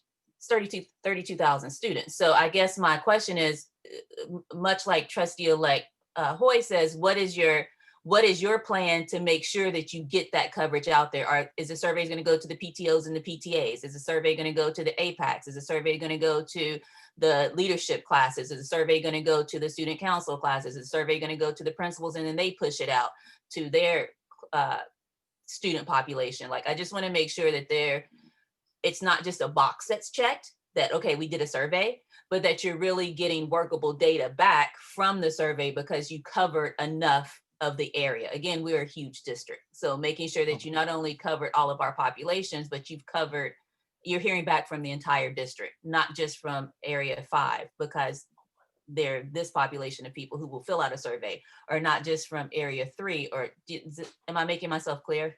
Yes, you are. And there are 2 questions embedded in that, I think. One is the question about the number. And then the question is about getting out the information to all the different groups and individuals. I can give you some comparison numbers in recent districts in the Bay Area. There are 2 different kinds of districts than yours, San Ramon Unified and Fremont Unified, but they're of comparable size to West Contra Costa. And the responses range in the 15, total responses in the 1,500 to 2,500 range. Now, not everybody fills out every question. Some respond to part of the survey and some to others. And in the survey, we also ask people to identify themselves as students, parents, teachers, community members, so we get a bit of a read on that. I will tell you that usually the largest participation is from parents and teachers in the district. And that gets us to the second part. You all know your community much better than we do. And so we will work with your director of communication. We understand that's Robert Jordan, to make sure it's publicized. And but that person has to help us identify, is it getting out to the right people? How do you post it on your website? How do you get the do you depend on reading it? Do you ask principals to be sure they circulate it to their parent community, if it's a PTA or a booster club or something like that? So this requires, to get it out, it really requires a close cooperative effort with the personnel in your district. And Mr. Jordan and I have had a preliminary conversation about that, but I think this conversation tonight will be helpful to him as well as us in achieving that goal. Our goal is the more the better, always. And we want to make sure we heard from every group. If it's necessary to extend the survey for a length of time, we are prepared to do that. And that has happened on occasion. We need to get the position description done, but we'll get enough from the initial responses to help us complete that task. But we don't want to close it until the board of trustees, the district, and we feel that we've reached enough people. So if we have to leave it open another month, we can do that. We just won't get the summary to you. We'll have to give you an interim report on what we learned to that point. It'll be a multi-pronged approach, and we'll need to tap into a variety of avenues that that the district has used in the past, and then other avenues that the district may have not have used. But as we look hard at how to make sure that the input is sought from all across the district, from all varieties of groups, and you mentioned the principals. The principals are really a key factor, because they've got such a close connection with their communities that they serve, that their schools serve. So the principals are going to be very key in this, and your director of communications will be very key in this. And what? Go ahead, Sandy. I'm sorry. That's okay. Juan Garza is coordinating this part of the process for us, so I know this information questions will be helpful to him. Thank you so much. Trustee-elect Brickler? Thank you. Board-elect Smith-Folds raises an excellent point, and we here in Trustee Area 5, we love to fill out our surveys. We would fill out anything that you sent to us. It is important that we build into this another type of identifier, either by school or by community or city, so that we are able to determine whether we are getting coverage. Thank you. Okay. Thank you. Thank you, Trustee-elect Smith-Folds and Trustee-elect Reckler. I think we're ready to move on to the next part of our meeting. Okay, the next part, and this will pick up on an earlier question. And after this, some of the matters are a little more technical in nature, getting dates and things like that. But this is the meeting where we ask the Board of Trustees which groups and individuals we should invite to the stakeholder engagement meetings. Sandy, I think you're going to talk a little bit about this, the dates in the process. Am I right? Right. So we have Juan Garza and myself and Jim Brown. The three of us are going to be facilitating the community input sessions. So we have the three of us, and we have 3 dates that we've identified at this point: November 30th, December 1st, and December 2nd. So we'll have at least 2 of us and likely 3 of us all day for those 3 days. It may be the first day, November 30th, it'll be 2 of us. And then the other days, we're looking to have the 3 of us on those days. So Penny Pyle on our team is working with Debbie to start scheduling the sessions. And we're going to do it via our conference line, so we can tabulate take all this input into our Google Docs. So we'll have 3 days and we'll have 3 of us. And we're very grateful for the support that we've received from Debbie and others on your team, and working in conjunction with Penny. And Penny is on our team is a real superstar. For those of you who may have not heard at the last meeting, she was an executive assistant in Davis, and as the executive assistant for the superintendent, was a part of more than one superintendent search on her end of it. So she's very well versed in the kind of support that we can provide and will provide to your team. So those are the dates, and we move through all of these sessions. We ensure that we have a lot of stamina for those 3 days because there's a whole lot of folks. In fact, in all the searches that I've been privileged to serve on, I've never seen such an extensive list of stakeholder groups. And this is, I know, a list that is not yet complete, but it is the most inclusive list that I've seen. And it's a real testimony to your commitment to transparency and inclusiveness in your district. So at this point, we want to hear from you on which are the groups and individuals that you want to be sure, because it really depends on your office sending out the invitations to these groups. We don't know who they are. We want to meet with whomever you want us to meet with. So we have some names that have been suggested by trustees Panis and Hernandez Jarvis to start with. But we're interested in hearing from each of you. Are there individuals or groups you want us to be sure that the district reaches out to invite to attend one of these sessions with us on November 30th, December 1st, and whatever remains on December 2nd. Great, thank you so much. Trustee Phillips, and then Trustee Panis. Thank you, President Hernandez Jarvis. I want to start with the list. Well, I'll start with the list that I wrote, and then I'll move to the list that was given to leadership. And some of it is the same, but I look at it more in like buckets.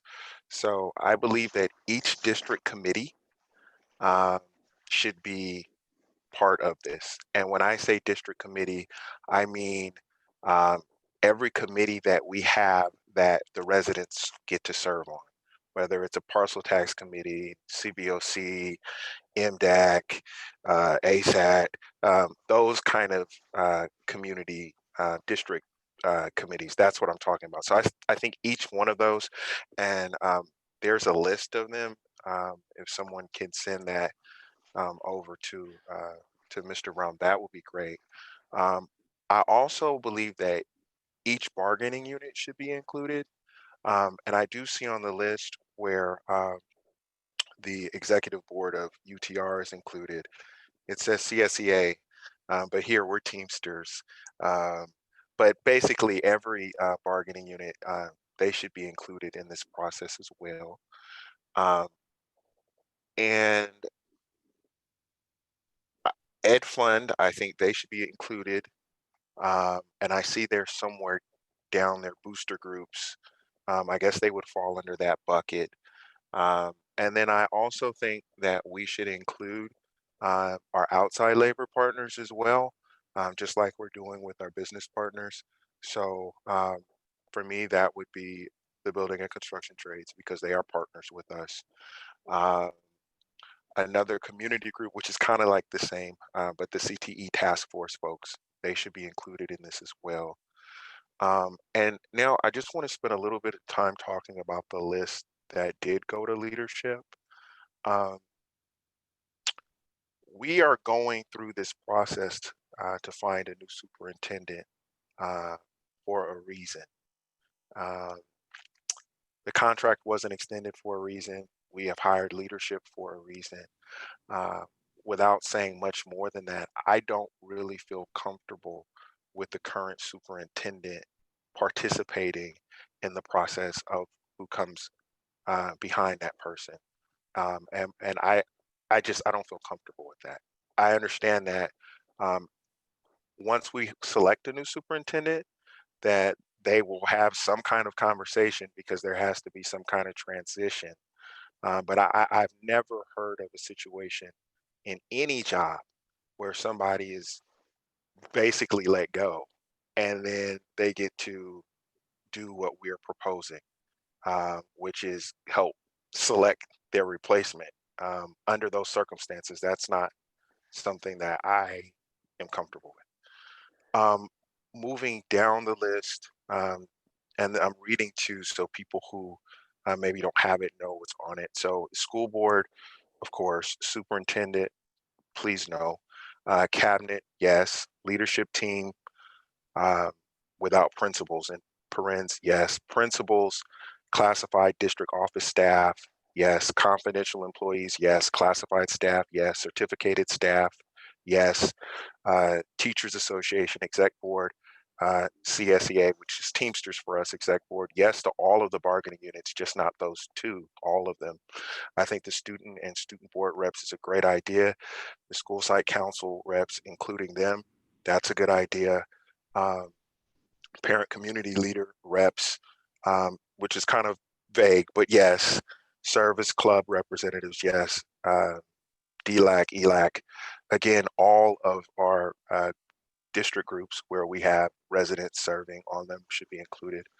I do not believe that the city council members and the city staff and the police chief should be giving input on who our superintendent should be for multiple reasons. One, they are different agencies. Two, they have, and this might be petty what I'm about to say, but there have been multiple city managers hired since I've been on the board, and I don't recall being invited to participate in any of those processes, and I doubt any of you have either. And I do understand that they're partners, but we're different agencies. And I think one of the issues, we had a conversation about challenges in this district earlier. One of the challenges that we have is, and Ms. Folds said this as well, Mrs. Folds, that we are so big, but we do have some very basic functions that we have to do, and we have to do well. And we can't do that if we are blowing in the wind in every direction and let's meet with every city council person and get their input. That's not their role, and I don't think that we can do that and then be true to what we're trying to do for our students. And that's not to say that they're not valued partners, but I don't think that that's their lane. I agree with the Chamber of Commerce, PTA obviously agreed.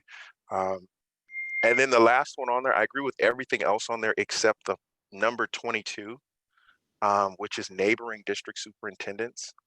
I don't see any reason that we would be surveying superintendents in neighboring districts about what we need here.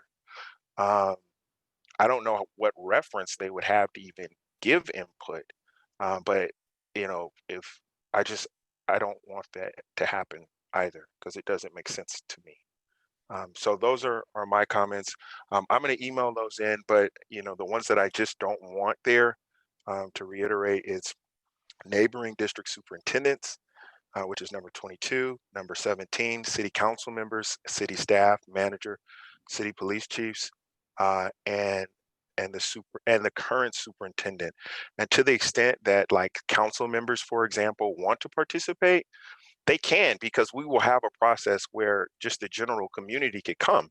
And so nobody is saying that, councilmen from Richmond or Pinole or El Cerrito can't have some kind of, they could all participate, but having something set aside specifically to get the input of the council, I don't think that's their role. So those are my comments. Thank you. Thank you, Trustee Phillips. Trustee Panas and Mr. Brown, I see you with your hand raised. Just a couple of quick comments. One is that it is our general recommendation in almost every search that the present superintendent, regardless of the situation of the board, be distanced from the process. So that's, we just think the process, superintendents ought not to be appointing their successors or involved in the process. And so that's just, one general thought that's consistent with what Trustee Phillips says.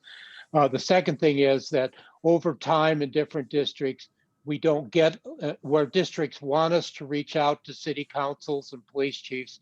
We tend not to get a lot of participation on that. And remember that the online survey is open to anybody that wants to participate. So if the city council people, if you decide not to do that, they can always fill out the online survey, and that's a good way for them to participate. Thank you for clarifying that. Trustee Panas? Thank you, President Hernandez-Jarvis. I'd like to thank Trustee Phillips for his comments, and I also agree about the superintendent, city council members, police, and the neighboring district superintendents. Trustee Phillips, just so you know, like the list that you see there, like it has very little relation to the list that I sent in. President Hernandez, would you like me to read the list that I sent in? I think that would be beneficial. Yeah. Okay, so I'll just run down this list. It's a little bit long, but African American Site Advisory Team, Adult School Teachers United, Bay Area Community Resources, Bayside Council of PTAs, Building Blocks for Kids, Beacon School Directors, Black Educators Network, Community Advisory Committee, Catholic Charities, Citizens Bond Oversight Committee, Chambers of Commerce of all cities, Charter School Representatives, Community Housing Development Corporation, Concilio Latino, Contra Costa College, Council of Industries, DL CAPS Committee, East Bay Center for Performing Arts, Ed Fund, Faith Community Representatives, First Five, Girls Inc., Familias Unidas, Go Public Schools, GRIP, Greater Richmond Interfaith Program, Healthy Richmond, High School Students, Latina Center, MDAC in English, MDAC in Spanish, Metas Youth Enrichment Program, Middle School Students, NAACP, Richmond Branch and El Cerrito Branch, Peach out in Hercules, Philanthropic Funders, Principals, Rainbow Center, Richmond Community Foundation, Richmond Police Athletic League, Richmond Promise, Richmond Revolution, Rise Youth Center, Safe Return, School Supervisors Association, Seneca Unconditional Education, Stand Together, Teamsters Local 856, United Teachers of Richmond, West Contra Costa Administrators Association, West Contra Costa Parents Council, Yes, Nature and Neighborhood, and the YMCA. So those are the groups that I think we need to make sure we include them. And I believe Mr. Brown already has that list. Thank you, Trustee Panas, for reading the list aloud too, for everybody to have it on record as well. It's the most inclusive list, I might reiterate, that we've seen. It's beautiful. Thank you. Thank you, Ms. Thorstensen. And Trustee Panas, did you want to add anything else? Thank you, President Hernandez. I don't have anything else to add. You know, I do like the comments. I agree with Trustee Phillips on those three things. I do want those to stand, yes. Thank you, Trustee Panas. So we can go ahead with Trustee-elect Smith-Foltz. So I'm going to have to digest your list, Mr. Panis, and make sure that I'm getting it all because it was a long list. I did look at the list that was sent. I think that this is where we can really start doing some tangible work because we are 5 areas, but we're on one hand. I think that we really need to talk to the people who are in that area, because for Hercules and Pinot, there are groups that I know that bind our community together and push our community forward. That may not be the same as in El Cerrito or San Pablo or Ward 2, 3, and 4, but in Ward 1, there's things that pushes us to that level. So for example, you know, there's HEF, which is on the list because it's an education foundation. There's Freed, there's Heart, there's Pinot for Fair Government, there's Wave Watchers, there's Pinot Rotary, there's Hercules Rotary, etc. There's Peach, et cetera, et cetera, et cetera. So I think utilizing the knowledge from the elected ward trustees will be a benefit to this part of the process. I also want to make sure that I highlight, bold, and underscore the fact that ASAT and BEN, the Black Employee Network, is on there. I want to make sure that we also, when we're reaching out to students, we're reaching out to Montefinicchio, we're reaching out to the BSUs, we're reaching out to Richmond Revolutionary, we're reaching out to the Youth Solidarity Project. Like, these are people that have made themselves known in the community as change agents. So I want to make sure that we bring those change agents to the table. This is our first opportunity and our best opportunity to create sustainable change in the district by making it a wide and long table for everyone to be invited to. So again, my last comments, make sure that we have those core people that are the center part of the hand, but reach out to those individual trustees for their list that keep their community moving forward, their smaller part of their community moving forward as we work towards a greater district. Thank you, Trustee-elect Smith-Foltz. And I completely agree with your comments too. I definitely think that we need to digest the list that Trustee Panas read aloud and add on to that. And as the new board, incoming board that's going to continue this process, I think that your input on who who else to invite is going to be crucial for this list too, to grow and to have everybody who needs to be there. Thank you. Trustee-elect Gonzalez-Hoy. Thank you, President Hernan Chavez. So I was trying to, like, I have a long list as well, and I was trying to play like bingo with Mr. Panis's names, but I missed, honestly, like half of it because it was going so quickly. So I'll just mention the ones I think I missed that might be on the list, and you can just confirm if it's there or not. Trustee-elect Smith Folds mentioned the Youth Solidarity Project, which I don't think I heard on that list. Was not. Oh, okay, perfect. Oh, get a point. And the NAACP Youth Council, I know that you might have mentioned NAACP. I didn't mention the Youth Council. All right, 2 for 2. The Richmond Progressive Alliance, I know. I did not get that one. Look at, I get an A for my work tonight. And I think that's it. I had a bunch more, but I think that they were all on your list. So thank you. Thank you, Trustee-elect Gonzalez-Hoy, and we are ready to go with Trustee-elect Christian. Okay, thank you. Pretty much has been said about all the different stakeholders from all the different parts of the community are mentioned. And it's making sure we have the right stakeholders at the table and making sure that our young people from all the schools within the district, from Hercules back to El Cerrito, Richmond, San Pablo, and so forth, are playing a part in selecting our superintendent. So, but pretty much has been said so far. So that's all I have at this time. Thank you so much, Trustee-elect Christian. Trustee-elect Reckler.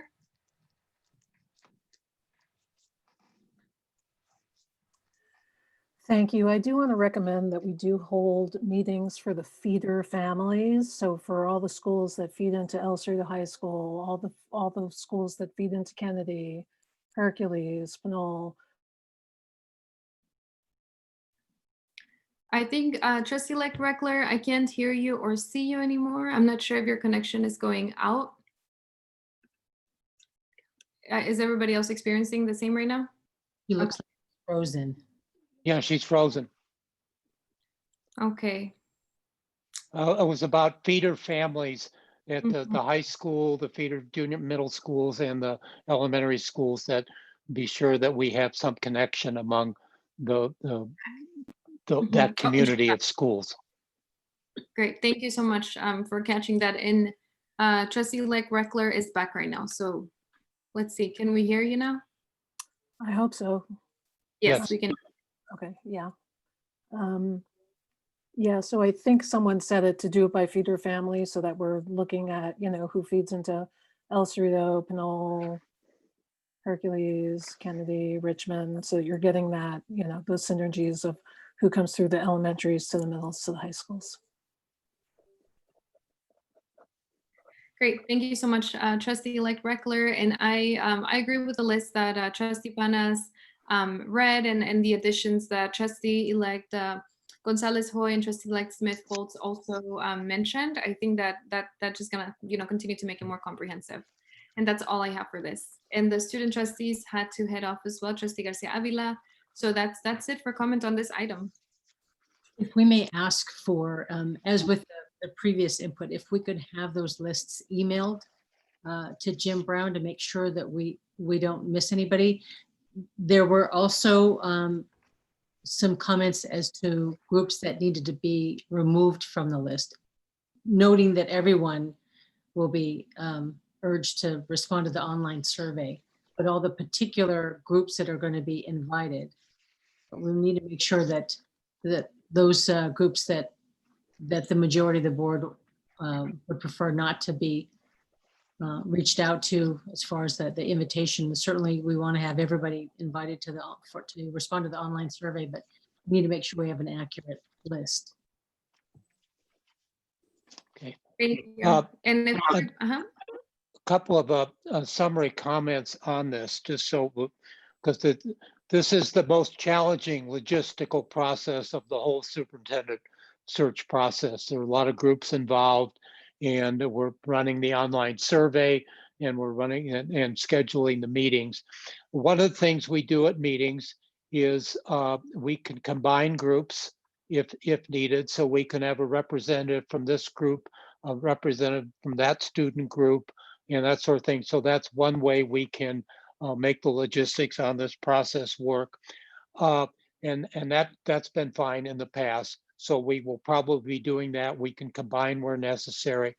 The other thing to think about is we have, our goal on this, and I know it's yours as well, is to make sure that every voice is heard. We also are operating on one deadline, which is to have that position description ready so for public, for posting, hopefully in mid-December, no later than the early part of January. If we don't have all the people that we need to talk to by that time, we'll have enough information to post, to get the description together, and we can even post it as a draft. And then if we get later on, if we missed people or something like that, we will always be available to talk to people. They can email us. We can have one-on-one conversations. And that happened last time we did the search. There were 3 or 4 groups that we didn't get a hold of the first time. They weren't aware of it or whatever, but we managed to make contact with everybody. Information that we get right up to the time of the interviews is important because it can help us work with the board to develop interview questions and all that. So we'll do our best to make sure every voice is heard. We think we'll have enough the goal is to have enough information and get the position description up and going. And then if we need to continue any after that, we're prepared to do it. Great, thank you so much for that summary. Is there another follow-up question or more to the conversation, or do you want any closing remarks, or do you have enough information to continue forward? Sandy, Juan, are we okay on our end? I just want to make sure to stress that the list is very, very extensive. Those of you that have lists, please email them as soon as possible, as it's important that we send out timely invitations to these groups. And those invitations go out from Debbie Haney's office. So, and then if we compile information, we will share it with Debbie, and Robert Jordan is involved in this part of the process as well as your company. So we really, this has to be a real partnership with your district office team, and they've been great to work with so far. Great.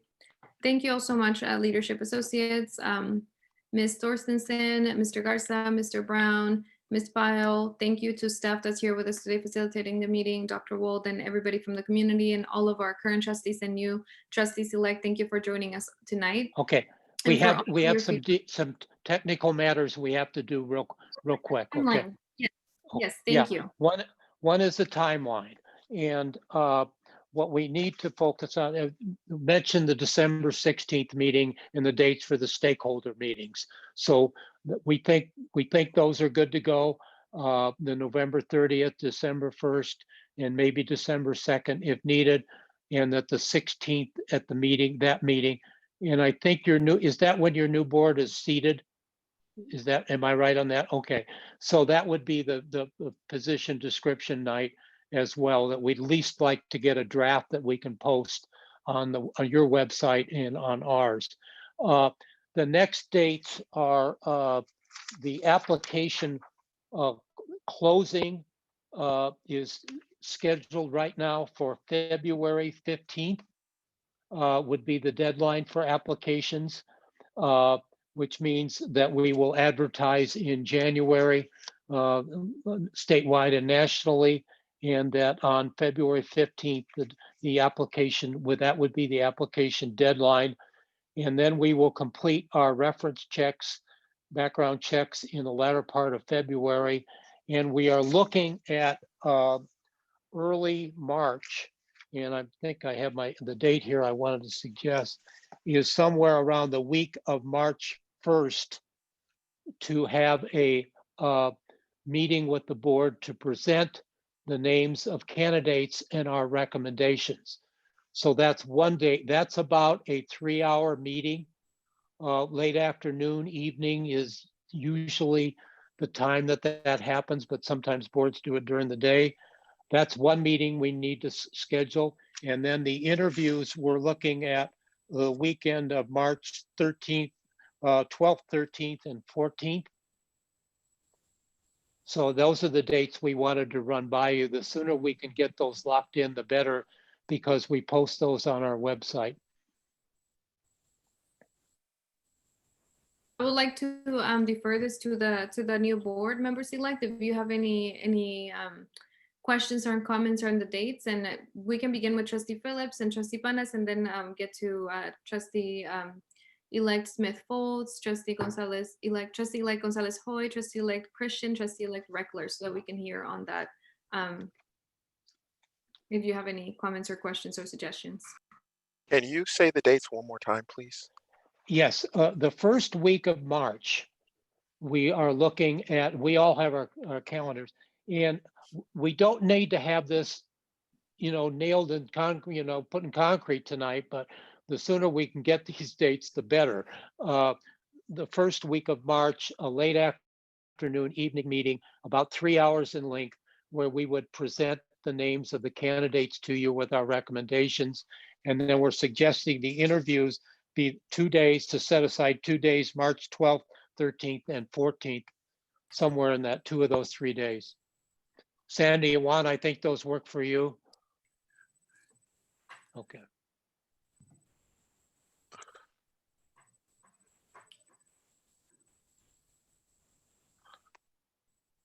I'm available I'm available the first week of March, and I'm available the 12th through the 14th.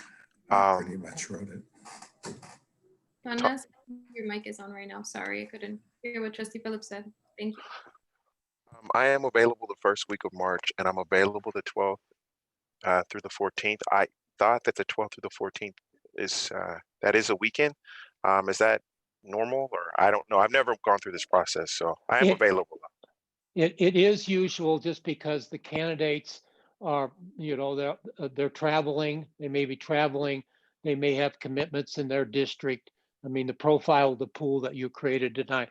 Now, can we do it during the week? Yes, but it usually works out a little better. Friday and Saturday would probably be the 2 best dates that we can, that work for the board and the candidates. I'm based available. on our experience. I'm available the 12th through the 14th. I was just asking a question because, Yeah. That's all. I'm available. Okay. Thank you so much, Trustee Phillips. Trustee Panas? Thank you, President Hernandez-Jarvis. I just have one question for you, Mr. Brown. So when I've talked to trustees at school board meetings, et cetera, in the past, they have said they wish they had more time to think about it between the time they do the final interviews and the time they make the decision. So I'm just wondering, is that built in here or is that not built in here? I don't know if the new board will want that, but. It's something we can adjust to.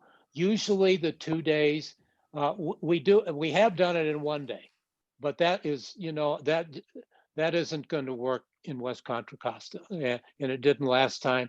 We had a lengthy 2-day process, and the second day were the callback interviews, and there was lengthy deliberation in the afternoon. If the new board wishes to have more time for that, we can talk with them maybe in January or February. Sometimes the board likes to, we need to go home and think about this. Can we come back the next day? We will work with the new board on that to make it work for them. But I think the important thing to do at this point is get the 2 days set. And then if we need more, we can figure out how to make that work.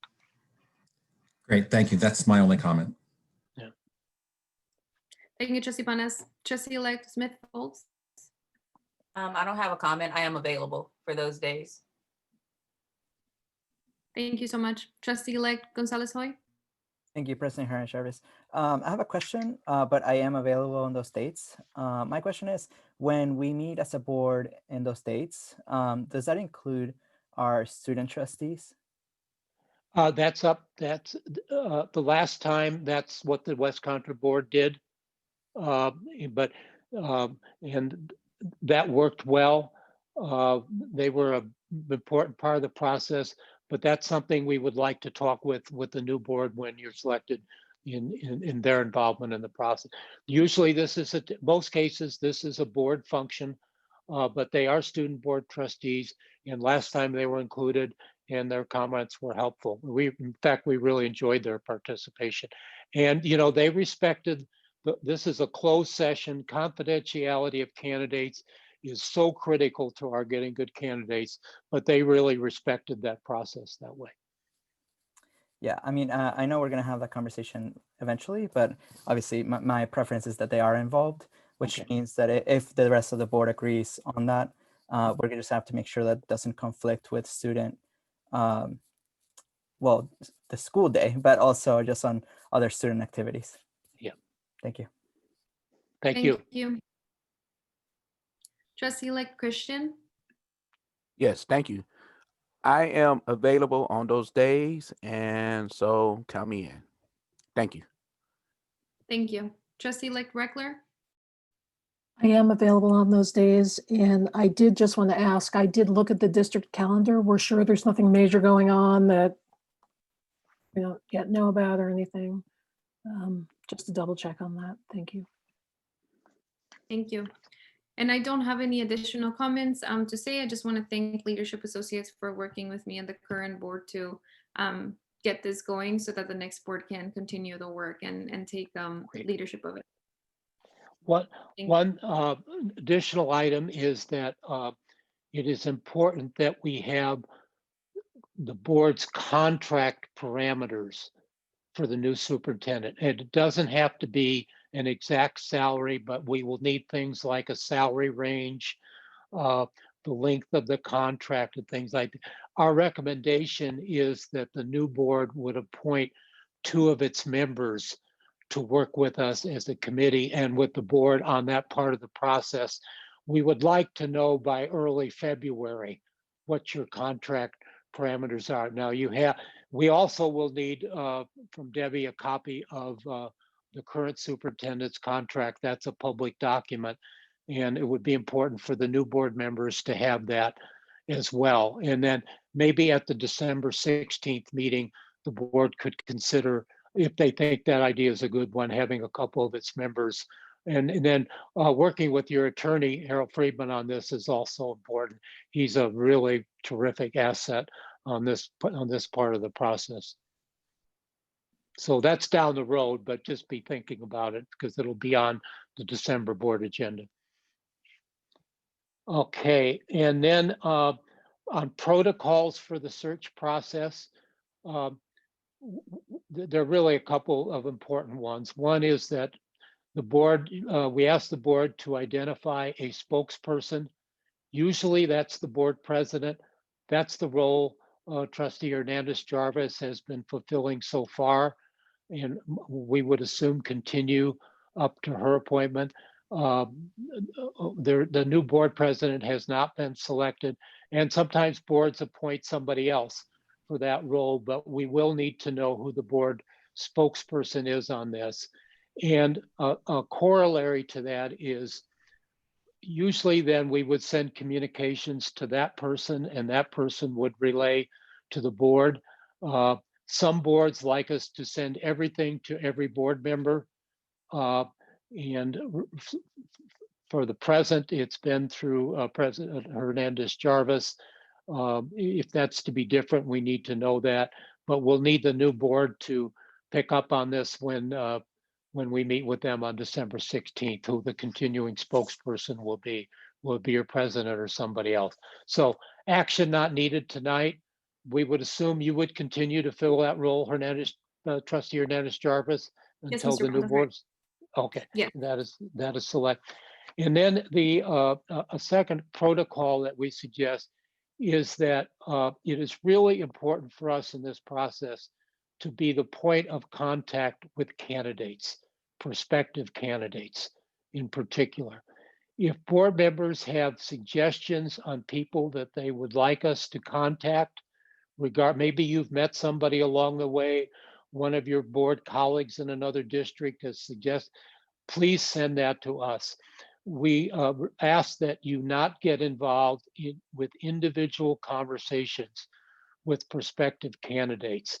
And we haven't had this happen, maybe once or twice, but if somebody were to contact you individually and say, do you think I should apply for this job or whatever, refer them to us. Because sometimes candidates would read a response from you as an endorsement of their candidacy. And we don't want to put you in that position. So if anybody should contact either the present board or the incoming board, please say, you know, we've hired a search firm. We suggest you call the search firm. You'll have our contact information and do that. Those are the major protocols, who's the spokesperson, and then any conversation with candidates. Will the new trustees be attending the CSBA, the conference this year? I think that's in December, isn't it? I believe so. And I think that there is also, and if everybody just wants to nod their head if they are going or if they're not participating. Okay, got it. Yeah. Great. Thank you. That sometimes is where you're likely to, you know, run into a candidate. Well, it'll be virtual this year, right? So we won't have the problem, but that's happened in the past where somebody spots a board member for just, hey, I'm thinking about applying for this superintendent job. What do you think? You know, that's when you say, go see the Leadership Associates group. So, and we do want to work closely with Debbie and Robert Jordan on post. Your website is critical to the communication in this process. You're sending out the invitation to the stakeholders and everything. It's a big part of the job. We don't know the community like you do. So we will need to work closely with Robert Jordan and Debbie. They're going to be busy with this part of the process, especially getting out the invitation and the ongoing communications on your website. A note that we sent to Robert Jordan the other day said, it's near the time when you should have something about the search process up on your website. You've hired the firm. We can make suggestions on what that communication would look like. And we're assuming that Robert would be the key person we would work with in that regard, along with the board president. Is that a correct read on our part at this point? Because it's a real team effort. Mm-hmm. Yes. Okay. All right. Any other items that any of you have for questions or anything like that you'd like us to address? And I just might mention that Penny on our team is very instrumental in guiding your team along every step of the way. Yeah, we have agendas, board agendas that you can use to post the different parts of the process and everything. And Penny and Debbie will work together on that. Awesome. Thank you so much to Mr. Brown, to everybody at Leadership Associates for your overview and detailed explanations. And thank you to all of the current trustees and new board members elect for your feedback. I think, you know, you got this, and I wish you the best in this process. I know we won't see each other again until the next board meeting when you will be sworn into office. So I applaud you, and I hope, you know, I wish you the best, and I hope that you can get this process going and finish it very successfully for our kids and families. Thank you all. Thank you again, Leadership Associates and staff, and we'll see each other again tomorrow for a regularly scheduled board meeting at 6:30 for for the open session. So thank you, everybody. And with that, unless there's anything else that we need to say, we will adjourn this meeting at 7:16. Thank you so much. Thank you. Have a great evening. Great to meet all.